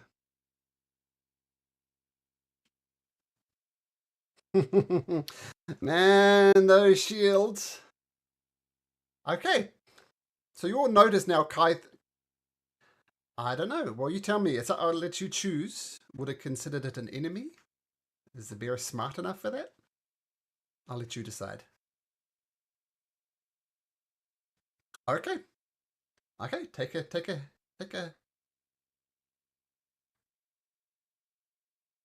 22. I guess that hits. And I'm gonna say she gets to there and misses anyway, and gets restrained. And take 5 points of damage, Cassandra, because you are raging still. So 5 points of damage. Okay. We've still got one guy next, and once again, Kythion is going to try desperately to try and get through this damn shield. And what was it, 21? I think that still misses. Does that miss still? 21. Okay, misses. Bro, not a lot of bad guys left. What do you do? In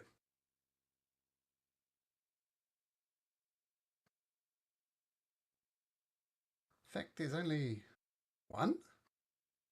Yeah.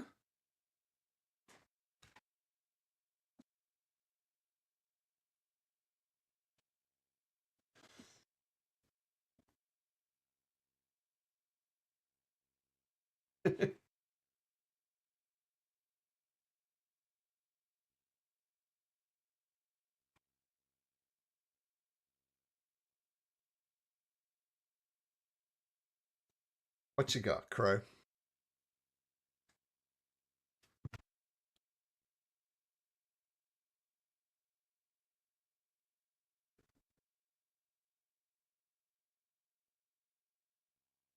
Yes.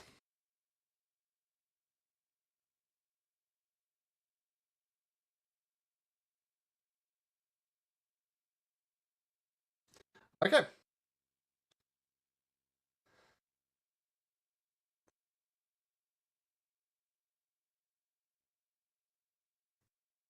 Okay. Oh, yeah, that hits. And a firebolt does fire. So that's 20, reduced to 10. Okay, nice hit though. And do you stay where you are, Crow?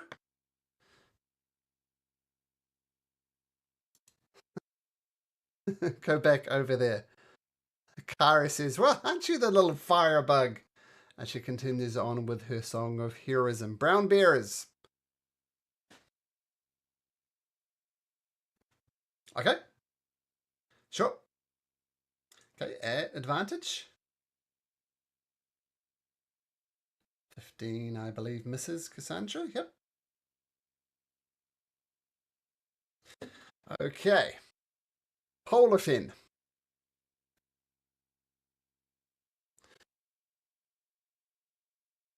Okay.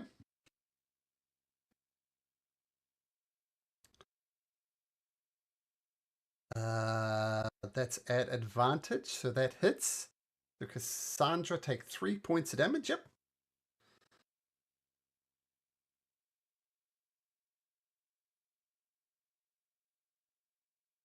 Yeah.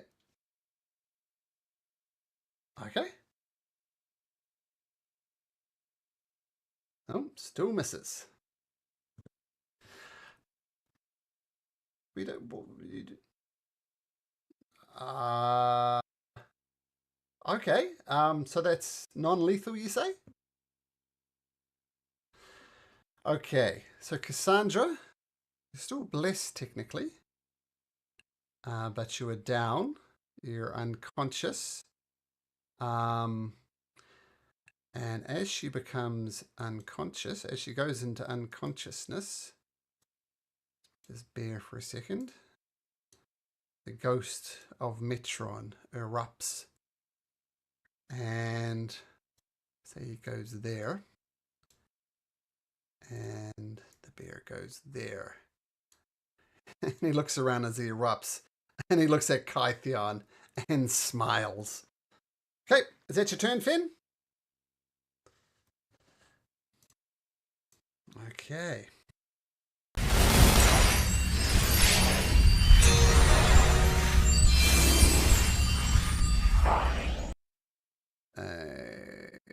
Okay, nice. Oh, 2 points. Okay, great.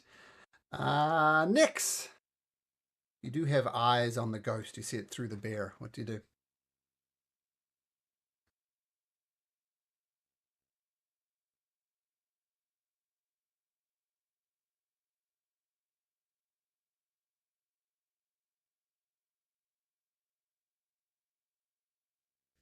Okay, so wisdom saving throw. Just a sec. Let me bring up his sheet. Was a wisdom 15? Does he have any cool stuff? Mm, nope. So wisdom 15. He rolls a 7. So that's not going to do it. So if he takes 16 psychic, he's not immune to psychic or anything. The only place he can run is bush down to here.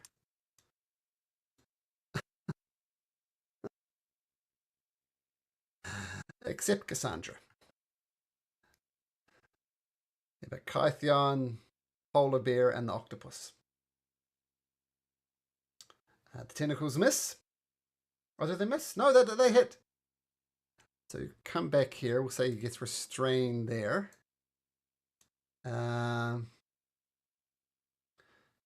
Python does 11.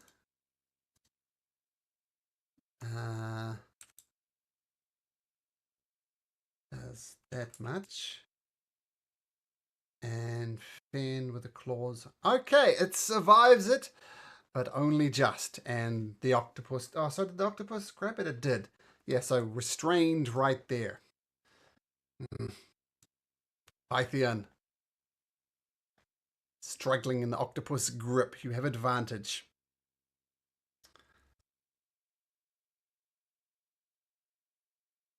Okay.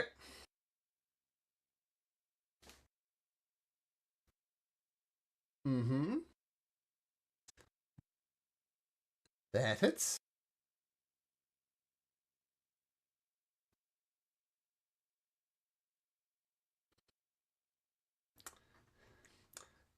Um,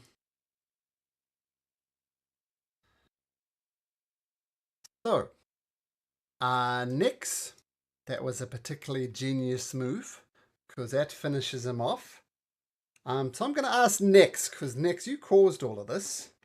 Nyx.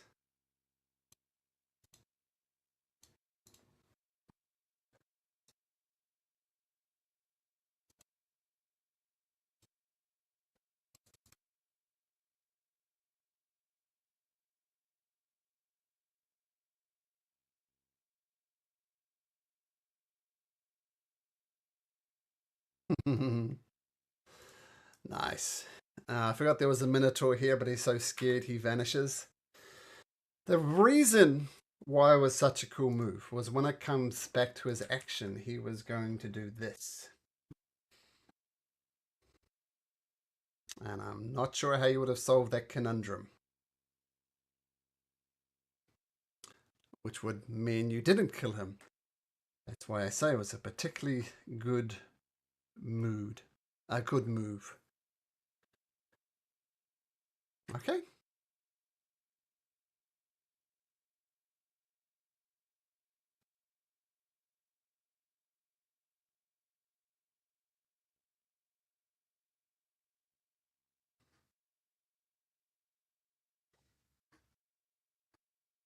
Go.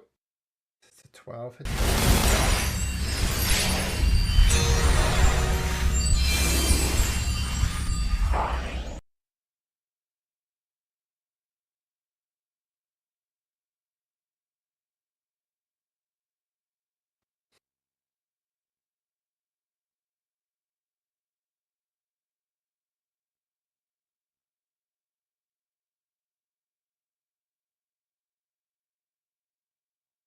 It's true.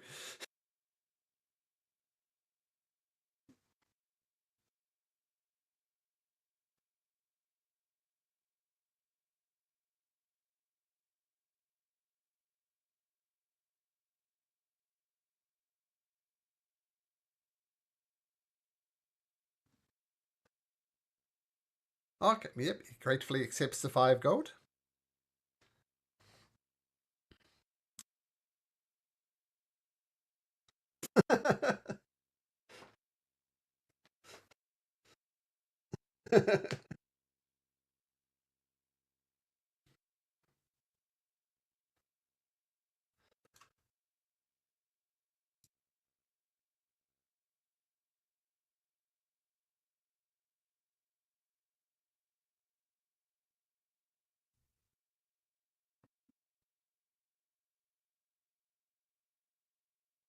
Estor appears in the room. Oi! No resting! There's work to do! Get busy, you stinking landlubbers!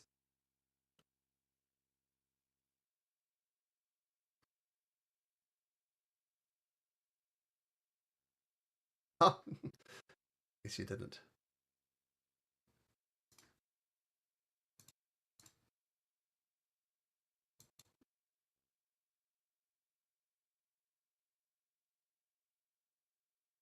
We'll give you 2 brown bearers back. If you can remember the hit points. One was pretty wrecked, I think, from the fireball. Okay, so we'll put that one to 3. Took at least 18. Would you say take 18? Take 18 off it because it did say versus the fireball. There we go. That's good enough.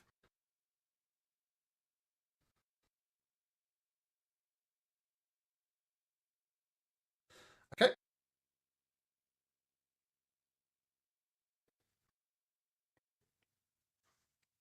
Okay. Sure.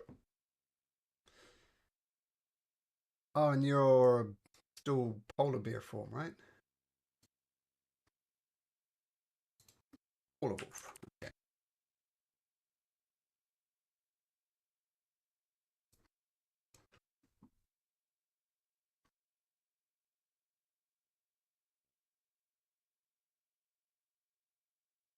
Oops.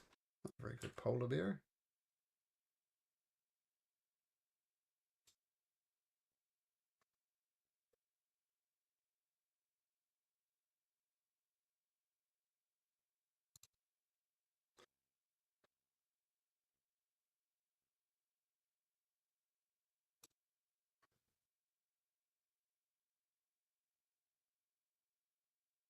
Okay, should be able to control this polar bear now.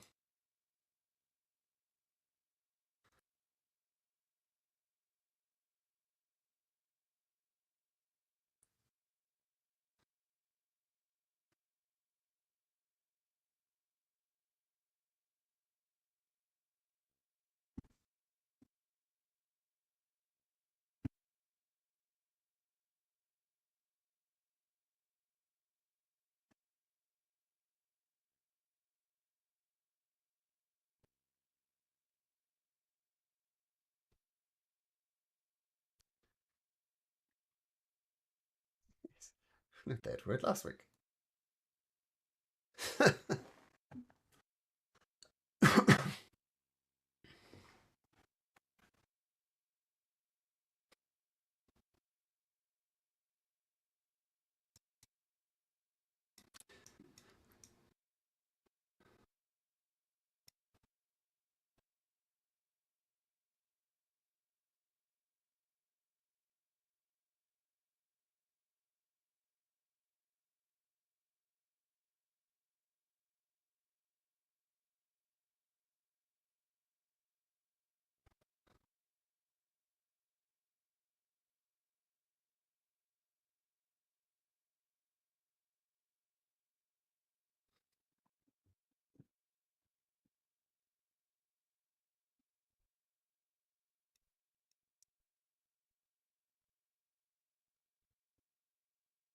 Okay.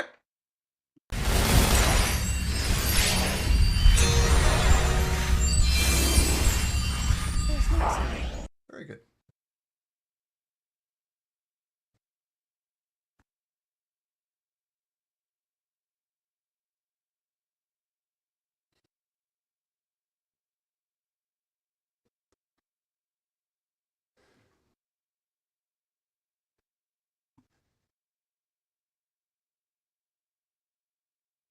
Okay. So there's the octopus slithers down the stairs. Um, and yeah, there's a whole bunch of empty crates and boxes strewn about. Clearly, this deck once housed many stores for the ship. And I'll just say you search through it looking for a treasure or anything. It's just a lot of junk. And you come back up the stairs. So nothing of interest in the storage facility.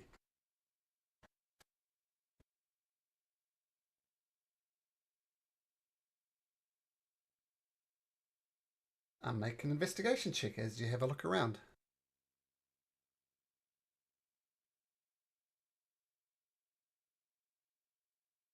Ten. Uh, Nothing interesting. Um, you do find a journal though. Um, it just talks about where the Ultros is going. It's like a ship's journal.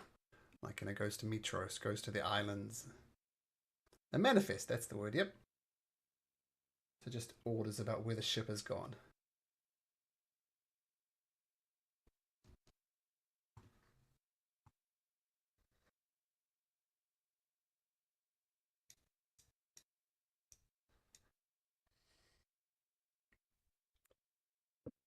Okay.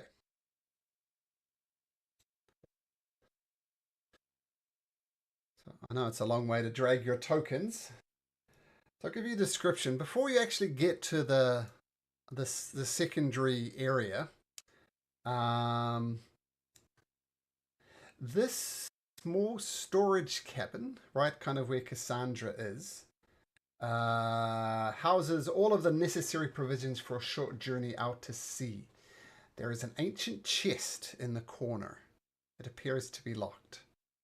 This chest right here by one of the bears.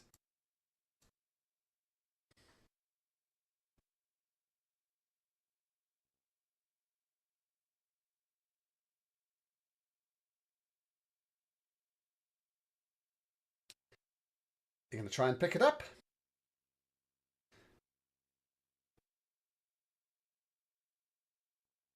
I would say give you a bit of a shove with your boot, and it scrapes along the floor of the ship. So it's plainly not affixed like the other Spectre box was.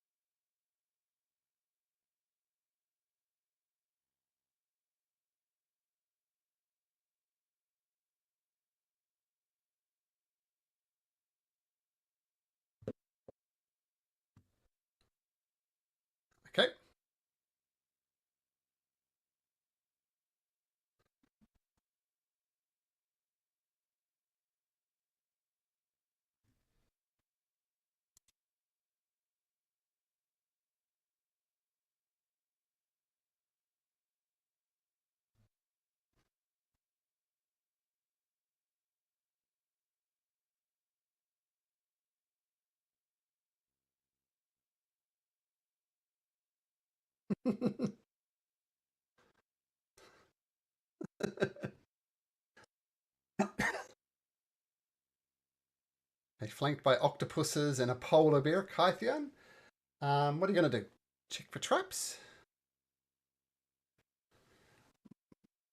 If you want to check to see if it is, you can make an investigation check for me, adding your proficiency. In your opinion, it is not trapped. It is locked.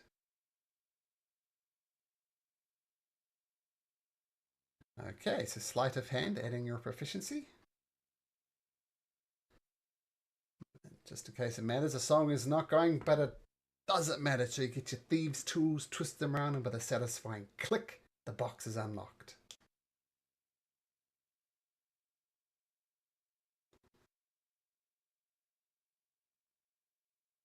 As you carefully open the box, you find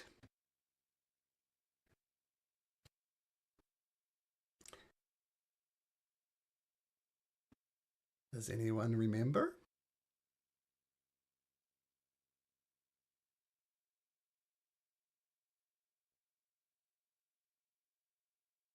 That's not the main thing about them.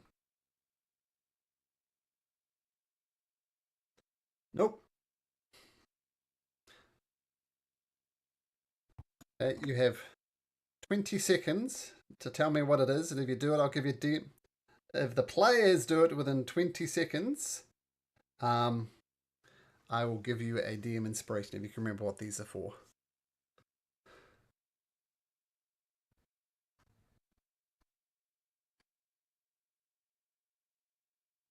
Eh.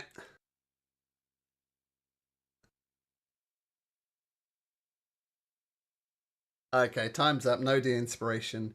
The characters might remember that you had a burnished branded coin that was given to, I believe, Tethys by Versi, and he used it to gain access to the necropolis. He gave it to Damon the Lich. Sounds familiar now.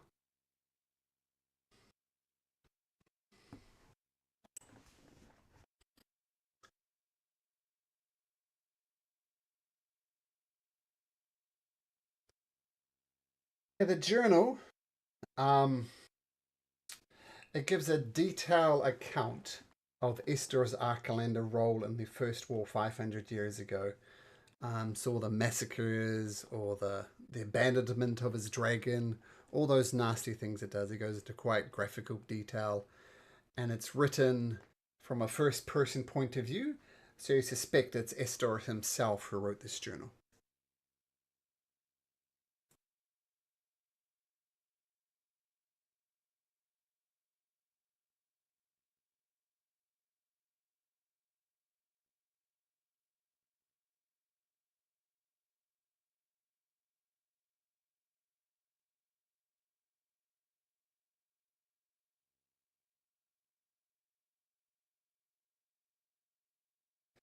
Down us. Oh, wait a minute. Oh yeah, sorry. The downstairs just leads to the storage, so nothing of interest down the stairs.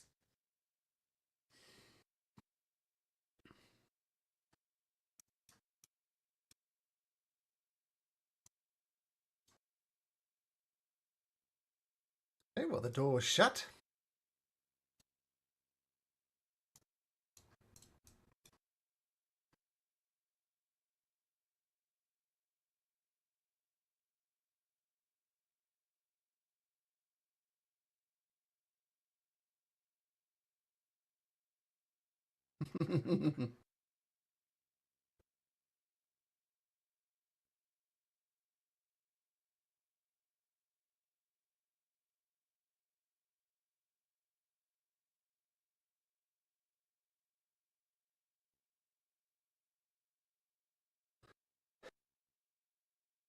Need to find a bear octopus token.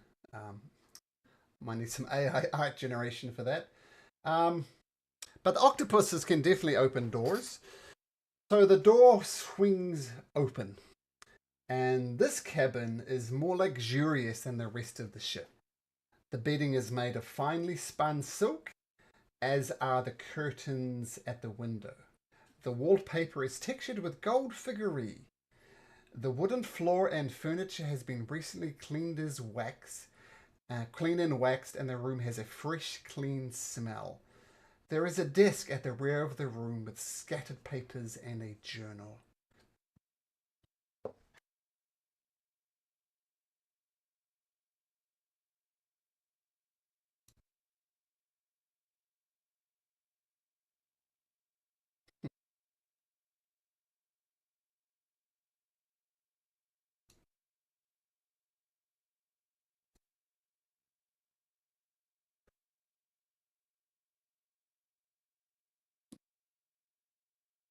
Tough to see from there, Crow.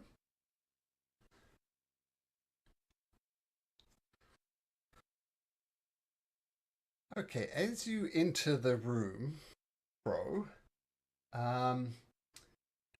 you feel cold, like a deep, numbing coldness inside your body.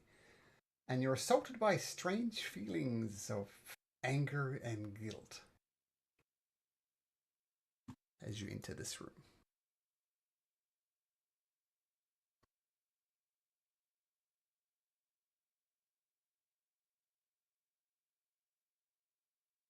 Okay.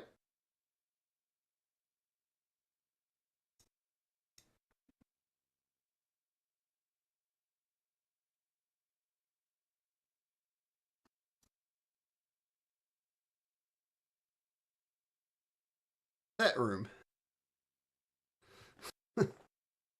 Okay, flanked by a polar bear. Okay. Okay. So what are you doing? You're checking out the papers? Okay, some of them are navigation charts, like relating how to follow the constellations in the sky to get to certain locations.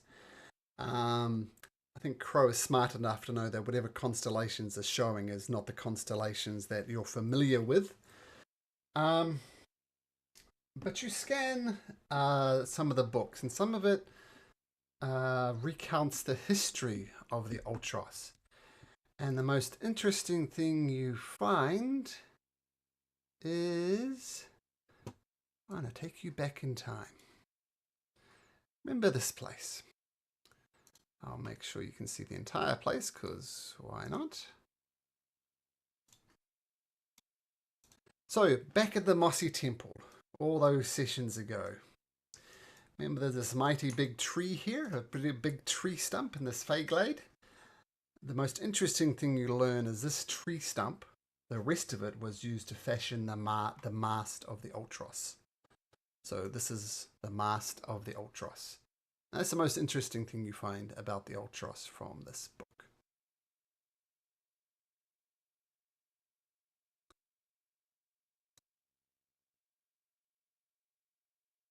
Sure. And as you take the book, a ghostly figure appears to the north of you. And it says, rises out of the floor, just, and it says, I suppose Estor has sent you to destroy me, hasn't he? You will not destroy me this time. Ebony, Azurskell, rise and slay these intruders. And well, we'll see. How does he know? Okay, and there's a sword on the wall. The sword comes to life, as does a set of armor right next to it. And because he gave a little monologue, he couldn't help himself. There is no surprise round. It's just going to be a normal combat round. And Crow, you're in the thick of things again, unfortunately. But that's the way it works. Okay. All right.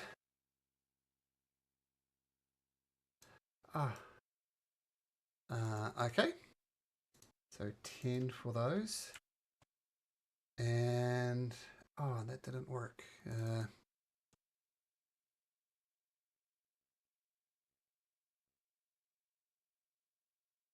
Let's try this. Might work properly, but it should work properly now. Okay, is everybody in? Are you good? Mythos!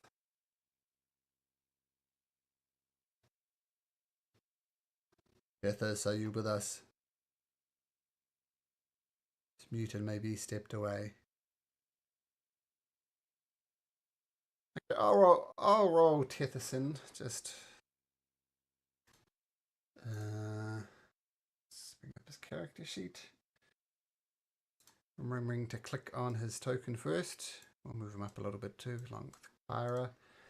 And Tethys will get 12.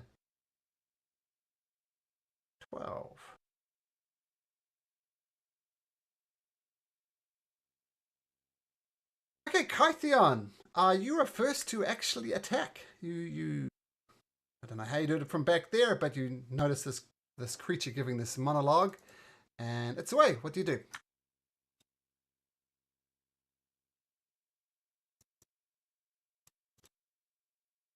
Okay.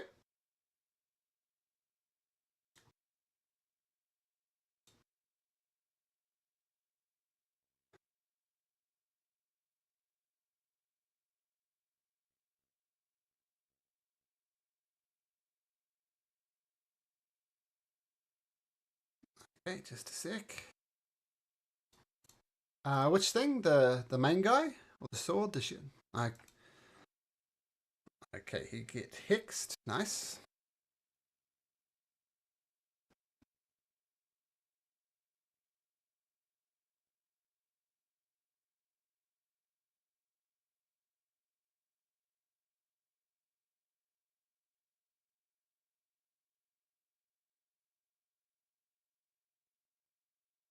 Whoa, there's a lot of numbers there. 26.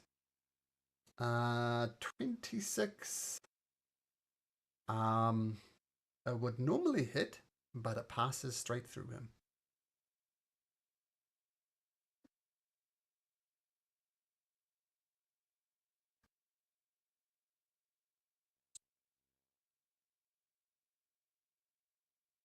Oh, okay. Yeah, that just passes straight through him as if he was made of mist or something. No damage done. Yes. You'll have to do better than that. Okay. So is that your turn? Okay, and I see you're back, Sam. I rolled you into initiative, and I didn't do terribly good, so 12. So you're in initiative, and we'll see how that goes. Okay. That's all right, no problem. Uh, mm, mm. Ghosty's turn.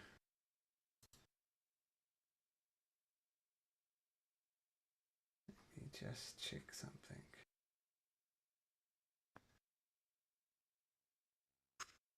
Whoosh. That's, whoosh, whoosh.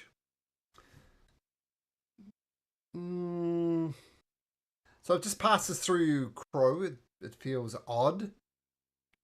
What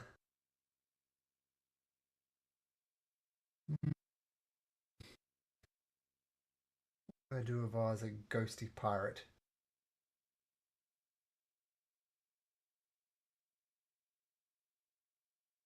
Actually, it comes out here, stands in the doorway, and lets out this horrific scream. You see its arms kind of at odd angles, and its mouth opens up, and this ungodly, horrifying visage appears before you. Can I have everybody make me a wisdom saving throw, please?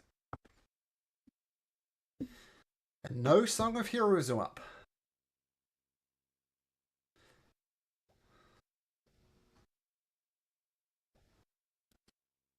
Yeah, she is slow, that is true. Kyra, I guess, would need to make this too. Tara will make her wisdom saving throw. Okay.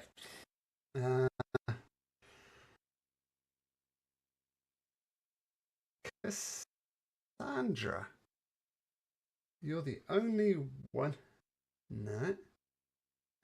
You see this horrifying visage before you, and you become absolutely terrified of it. Ah, Cassandra, I'm going to be that nice person. You do have heroism on you. You may roll a d4. No. Oh, you did. Oh, I see 12. That 12 still not good enough. No. And no, you're good. Yeah, the DC is indeed 13.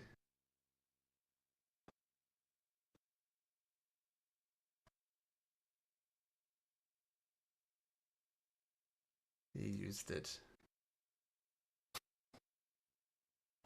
Yeah, well, the good news is you only just fail. It could have been a lot worse. So I'll tell you, if the saving throw fails by 5 or more, the target also ages 1d4 times 10 years. So you could have aged 30 years.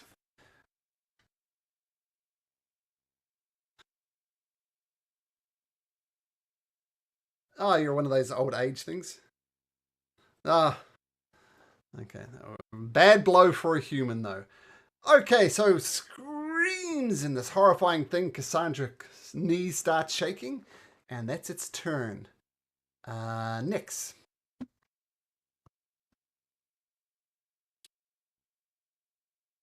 Keep in mind, there's a wall here, so you have to find a way around that wall.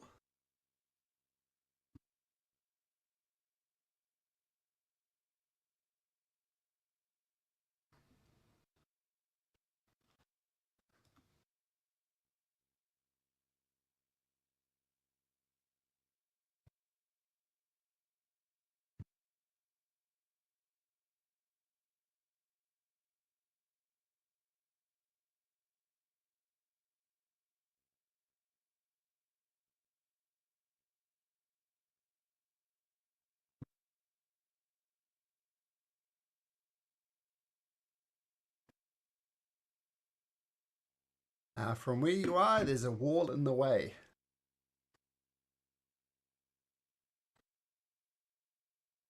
So if you move over, I can move your token as you're lagging, but if you go there, you can get a shot on it though. And the crossbow goes straight through the ghost. No hit.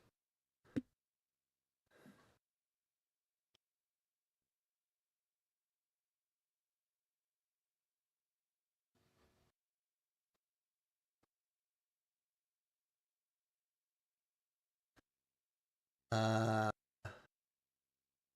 does that invoke attacks of opportunity? Oh, that's true. That's force movement. Yes. Okay, yeah. So, assuming Crow's okay with that, she gets pulled back out of the immediate combat. Okay, beautiful. Okay, next that's your bonus action. Oh, and your shot, which just passes through. Okay,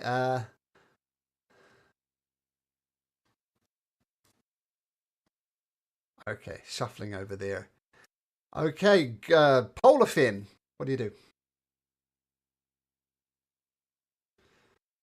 Okay, I mean, and try you do, and try and it fails, but the second one does hit. This suit of armor, and let me just check. Is there anything special about it? Nope. 7 points of slashing damage as you scrape across this armor. Okay, so 2 claw attacks, 2 bite and a claw attack. One hits, one misses. The sword. It's only got one thing to attack now that Crow's been safely pulled out the way. The flying sword will make 2 slashing attacks against the polar bear, rolling a natural 20 and a 14. So that's a total of 13 points of damage from the sword as it swishes twice, cutting into the bear. Oh, look, all the animated armor is going to go on the same turn as well, even beating, remarkably, Kyra. And it's going to take 2 melee attacks against you, the animated armor, rolling a 21 and a 10. Okay, it's 3 points of bludgeoning damage. Crow, you have this ghost sitting next to you, kind of smiling. What do you do?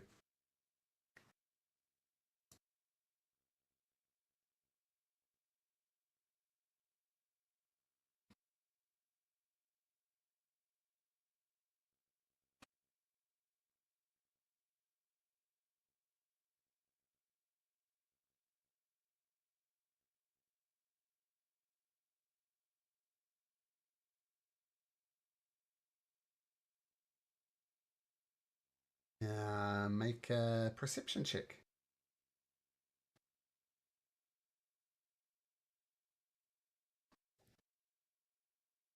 In your opinion, no. You think since arrows and swords are going through it, probably if it did the same thing, it would have passed through you.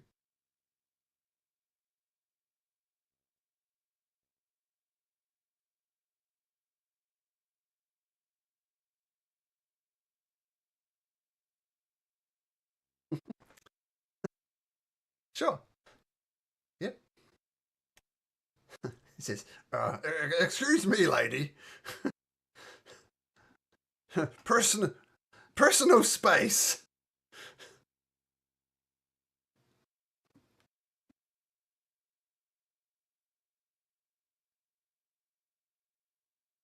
Okay.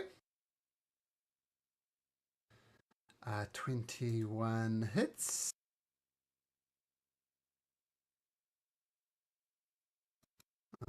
Yeah, it's terrible. But regardless, it does take effect on this animated suit of armor, and it does take the 9 points of damage.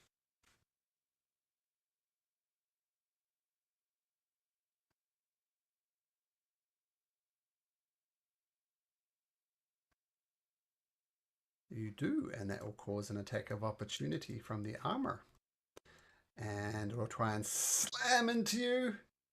And it rolls a 12, so no harm done. Kara says, guys, so sorry, I'm late.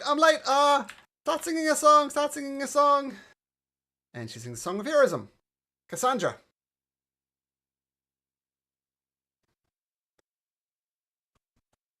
Yep, can't physically move towards it.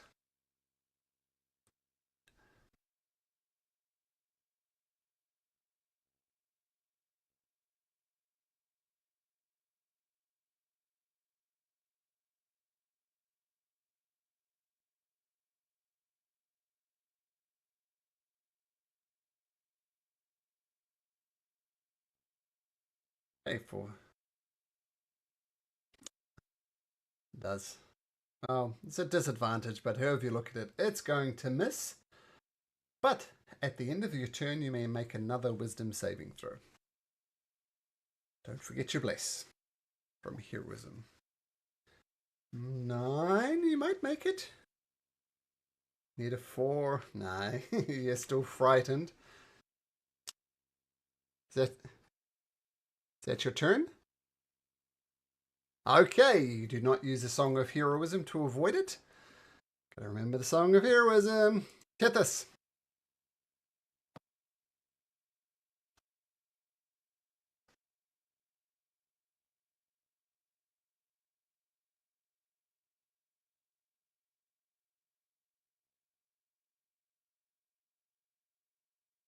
Mm-hmm.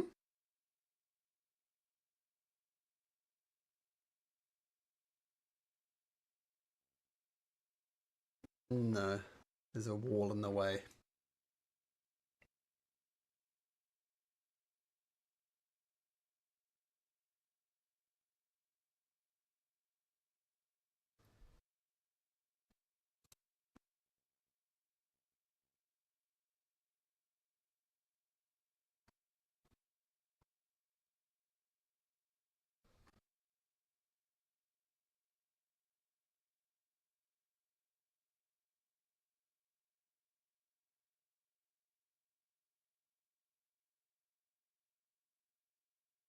Thunderclap.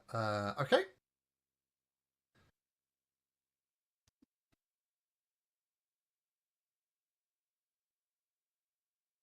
Who are you? What are you thunderclapping? That's all right. Against who? Oh, oh, against the ghost. Okay, even it just passes harmlessly through the ghost. Yep. Even with yeah, you can re-roll, but it's still going to pass through the ghost. Sure. For numerous reasons, your firebolt fails. All you do is singe the hair of this bear a little bit. Okay, Tethys, not your most beautiful of moment. Brown bear, it's just a little bit more singed by the stray firebolt. What does the bear do? Oh, yes, an octopus, sure. Okay. Octo reach hits, and he becomes restrained and takes 7 bludgeoning damage.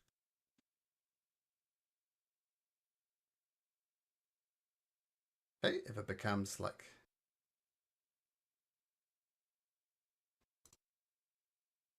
okay, Python.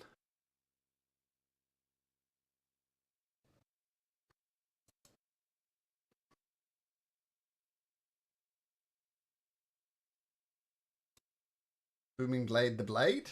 Got it.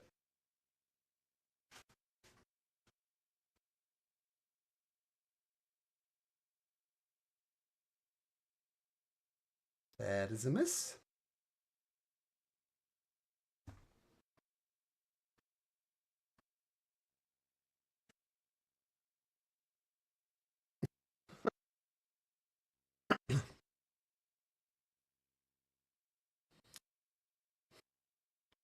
Nope. Swing and a miss.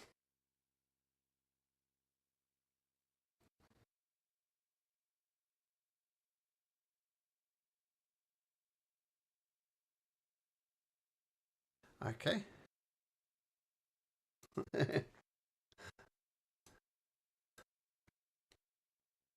Okay. It's a random riff each time. Okay. Let's do another random riff. Ah, my riffs isn't working. Never mind. Not important right now. Okay, Kythian. A whole lot of nothing apart from that.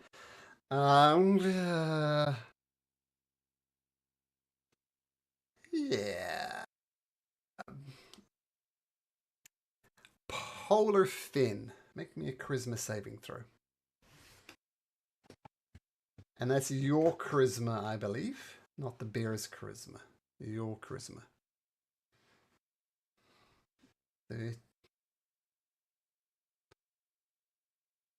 Yep, yep, yep. Inspiration.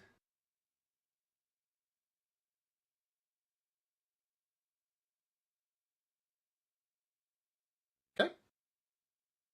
So 16. 16 is enough.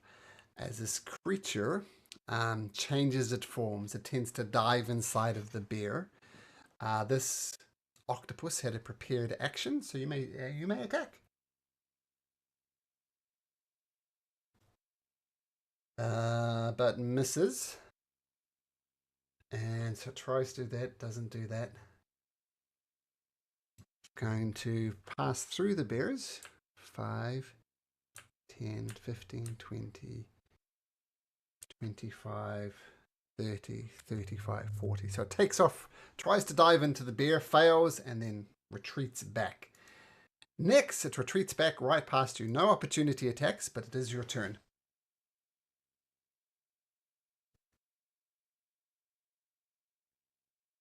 It looks different.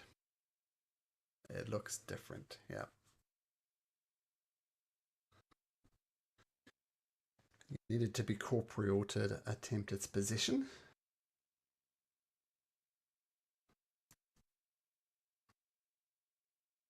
24 hits.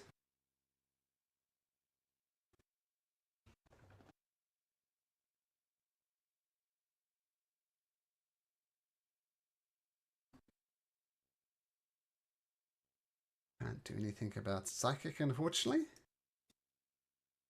So your psychic blades will hit. Another 10 points of damage he is. He's fleeing. Well, I don't know if he's fleeing or not, but he's definitely trying to put some distance before these mad guys. But yeah, beautiful Nyx.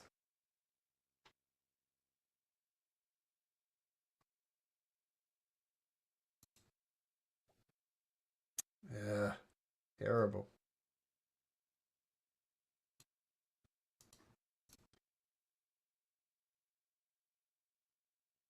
Oomph. Yep.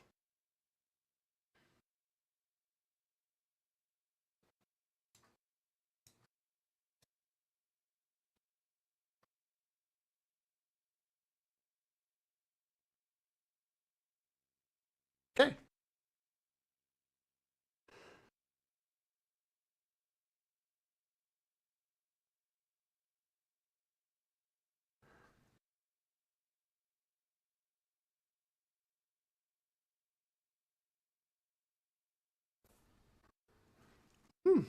Very good.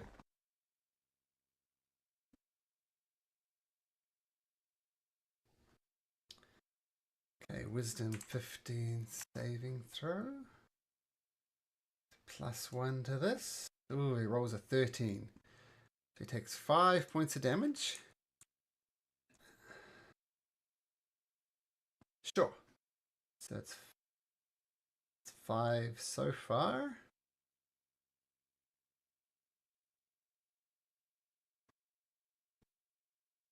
So 1 more point of damage. Okay, got it.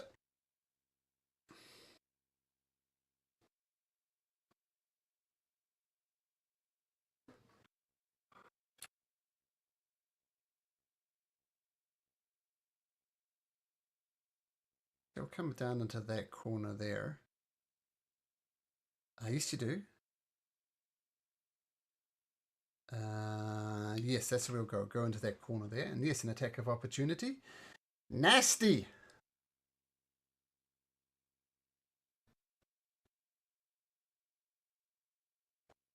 Oh, an 11. That's terrible. That's a hit. It's a hit. Yep. Yeah. Well, he's got one trick up his sleeve, which is a good trick, but it doesn't work. Okay, that's just a normal dagger, right? But you slash across its back, and it does take 3 points of damage. Okay, great round there, Nyx. I like it. Very good. Okay. Polar Fin.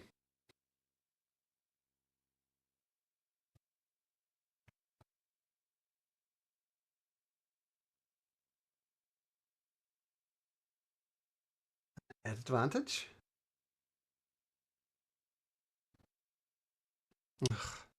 Uh, let me check. Nah, you just put your claws down and just crunch the suit of armor. So I say the 21 on this guy. And you slash across the sword. I'm not sure how to explain a bear attacking a sword damage, but it does damage it. Okay. And assuming that's your turn. Okay, cool. The flying sword responds in turn with 2 long sword attacks with a 16 and a 6.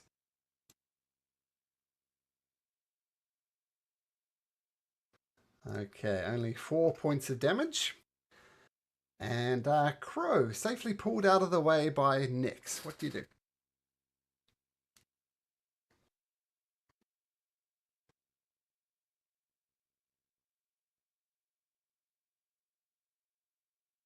Mm-hmm.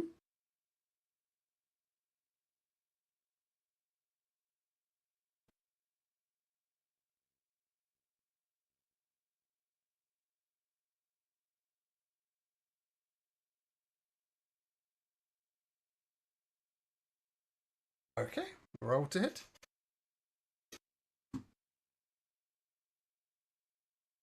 19 hits.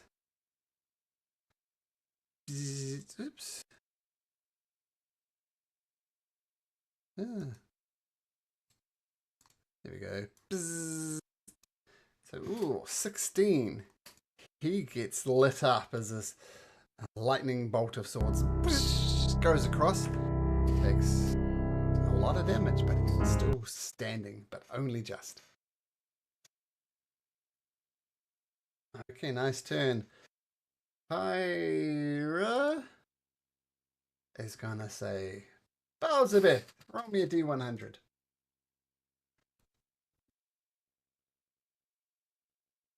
Good, could be bad.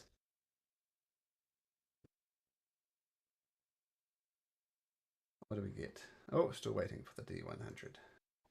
33.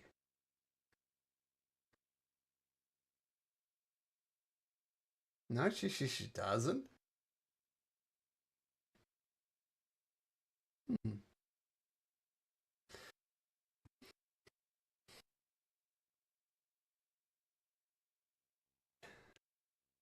She starts smelling with her nose. When did you guys last take a bath or a shower? You guys stink. And heavy rain starts falling all over the ship as she attempts to clean the filth out of it. So yeah, heavy rain. Other than cleaning up the ship, that's all that happens. All right, Cassandra, you are still afraid of this thing. What do you do?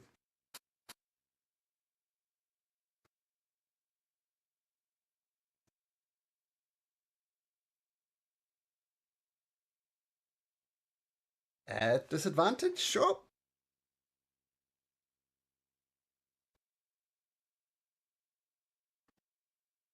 That's a miss.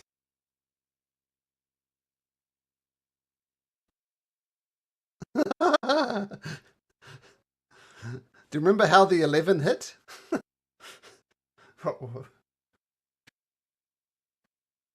Oh, well, both of them will hit then, because you can't miss then. Just you try your best to fail, but you don't. Hey, while this is not technically the end of combat, Cassandra.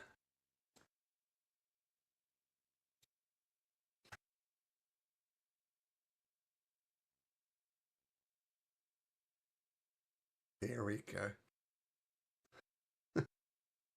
And as he dies, he says, "If only polar bears weren't so charismatic." Because that he thought was a good move.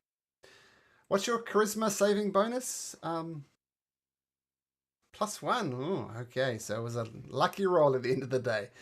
Okay, Cassandra, and yeah, we'll say you. I'm frightened, so you can move now if you want.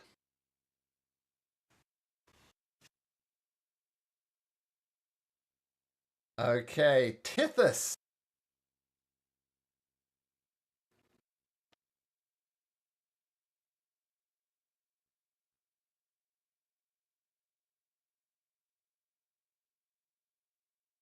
Sure. Sure. Sword on sword action. It does. Hey, what's that? Yeah, disadvantage, but 13 misses anyway.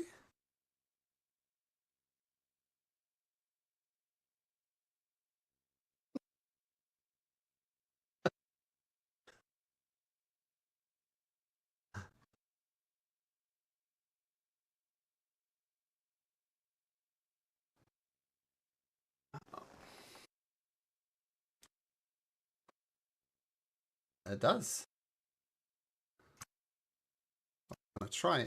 It's gonna certainly try to hit you.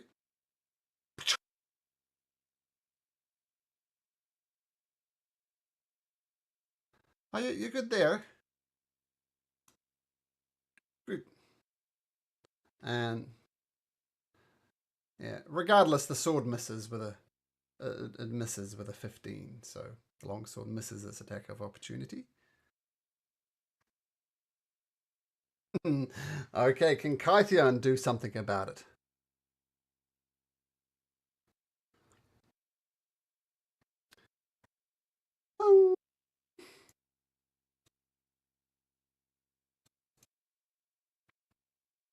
Okay. As rain falls down, no song of heroism.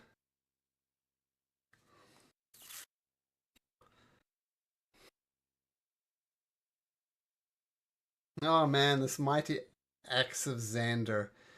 Okay, next, having completely screwed the ghost with once again, a really good move. You're doing so well this session, Next. What do you do?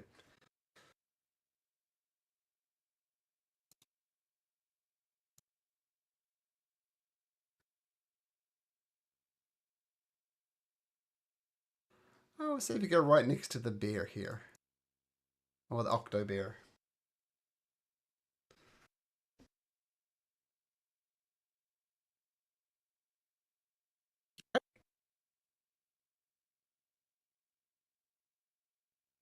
"13 misses, just clanks it off. It parries the arrow with itself.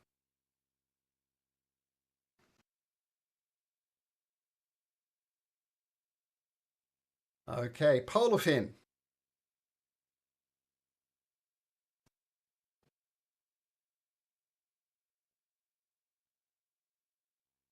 19 hits. Polar fin.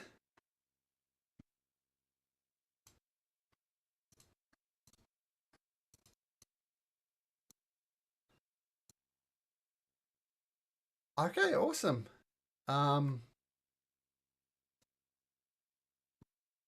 As you throw it against the sword.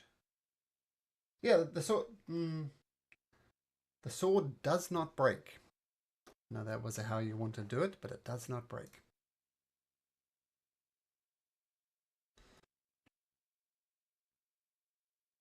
Oops. Sword's not moving.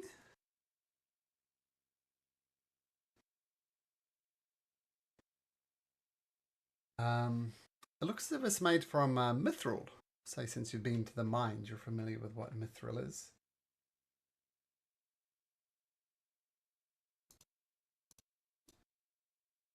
It's, I don't know, but this is the description. Macaria. I imagine you're all immediately Googling that. Macarena, maybe?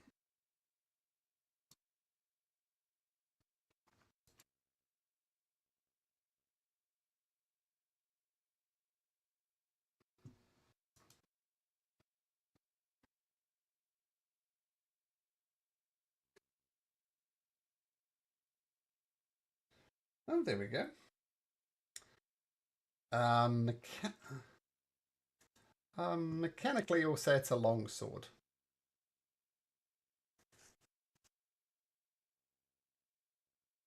And I'll give you this one as well. It's actually a +1 mithril sword. So if you want to use that, you can just treat it as a +1 longsword if you want.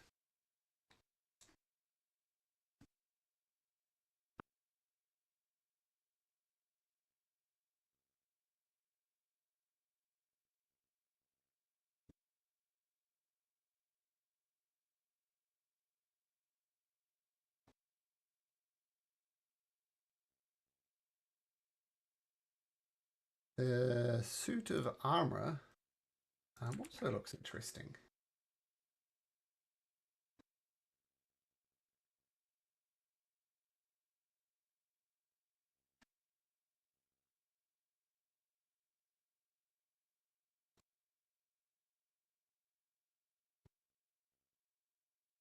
Anybody checking out the armor? Looks like it's scale mail. Ah, sorry. Okay, sorry. So it's a suit of scale armor. Uh, it's got fish and shell motifs over it. And I'll give you this one as well, just for free. It's mariner's armor.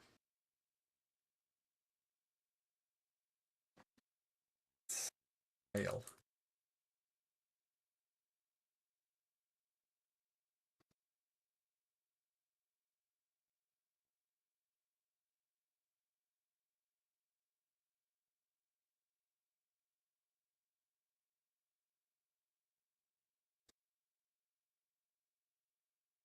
It is medium armor. Can you wear medium armor next?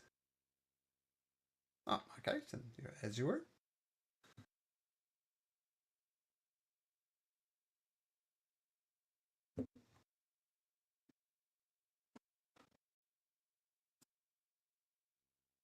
Um, so yeah, just look for Mariner's armor and the scale mailer version of it, and yeah, you what is it now? Uh, huh. Okay, cool. And as we all learned from the Nether Deep, if you have a swimming speed, then you have no disadvantage to attacks underwater. So let's keep that in mind.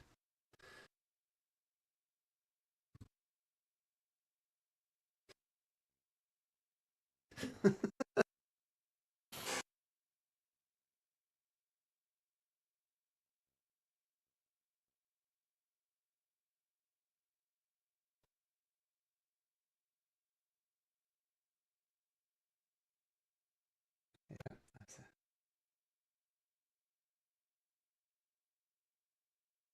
oh, that's true. That's true.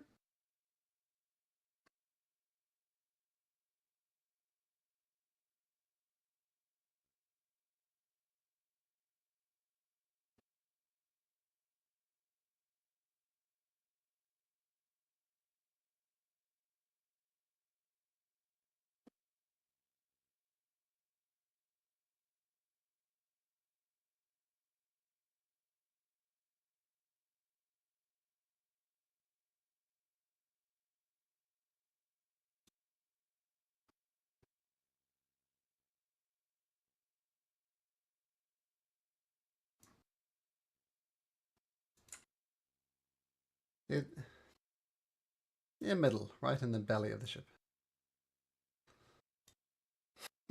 I tried.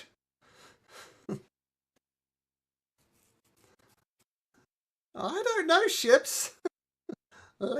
Well, I hear the Ultros is literally unsinkable, so I'm gonna assume that rain is fine.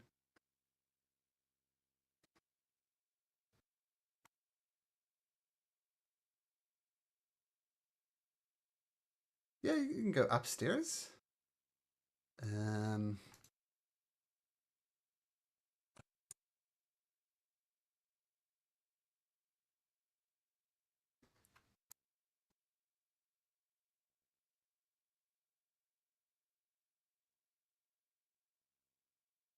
okay, so you'll appear on the top deck.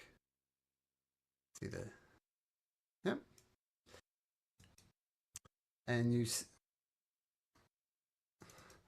you also see some spectral ghost type things scrubbing the deck, and this guy is steering the boat, and he's singing a as the text says, singing a randy song to impress the crew as they go about their tasks. And the spectres do not seem to be impressed.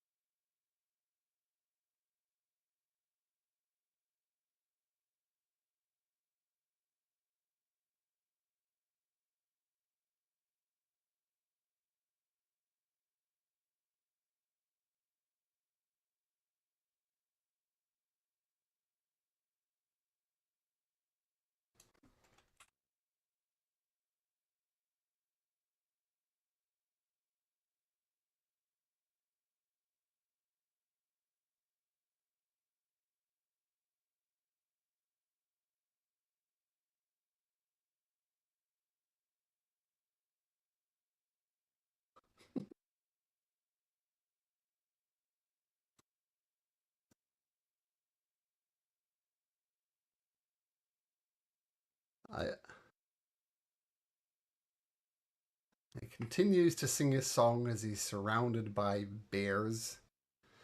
And you're approaching, Crow? You going to stay back there? Cassandra, you hanging all the way back there? Or what are you doing? And Tethys, you're approaching, or are you staying way back at the back of the ship there?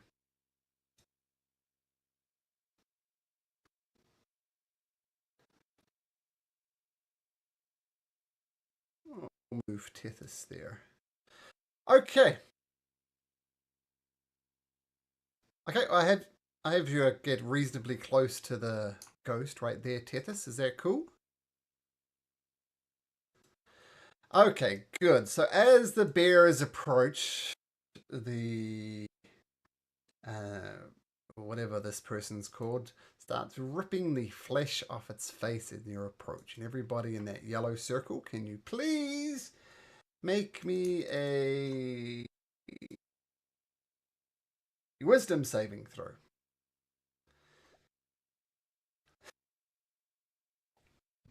Finn, you're good.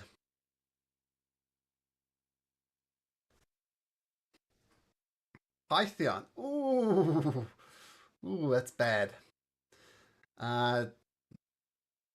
You do. You age that many years. 20 years.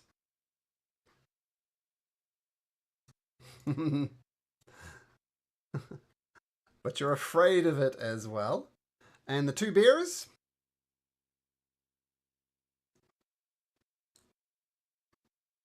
I say the bears fail.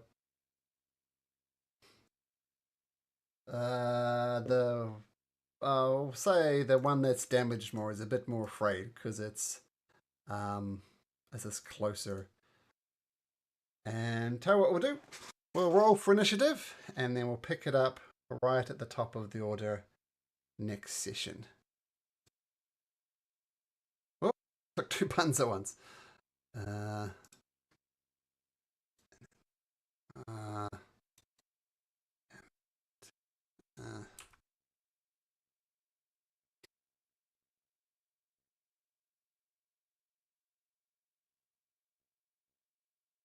Okay. Okay, let me get these initiative. Now they're set up correctly. Initiative.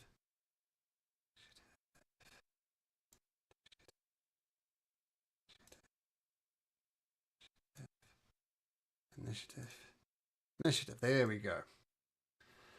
All right, so how are we going to start this next week? Pythion.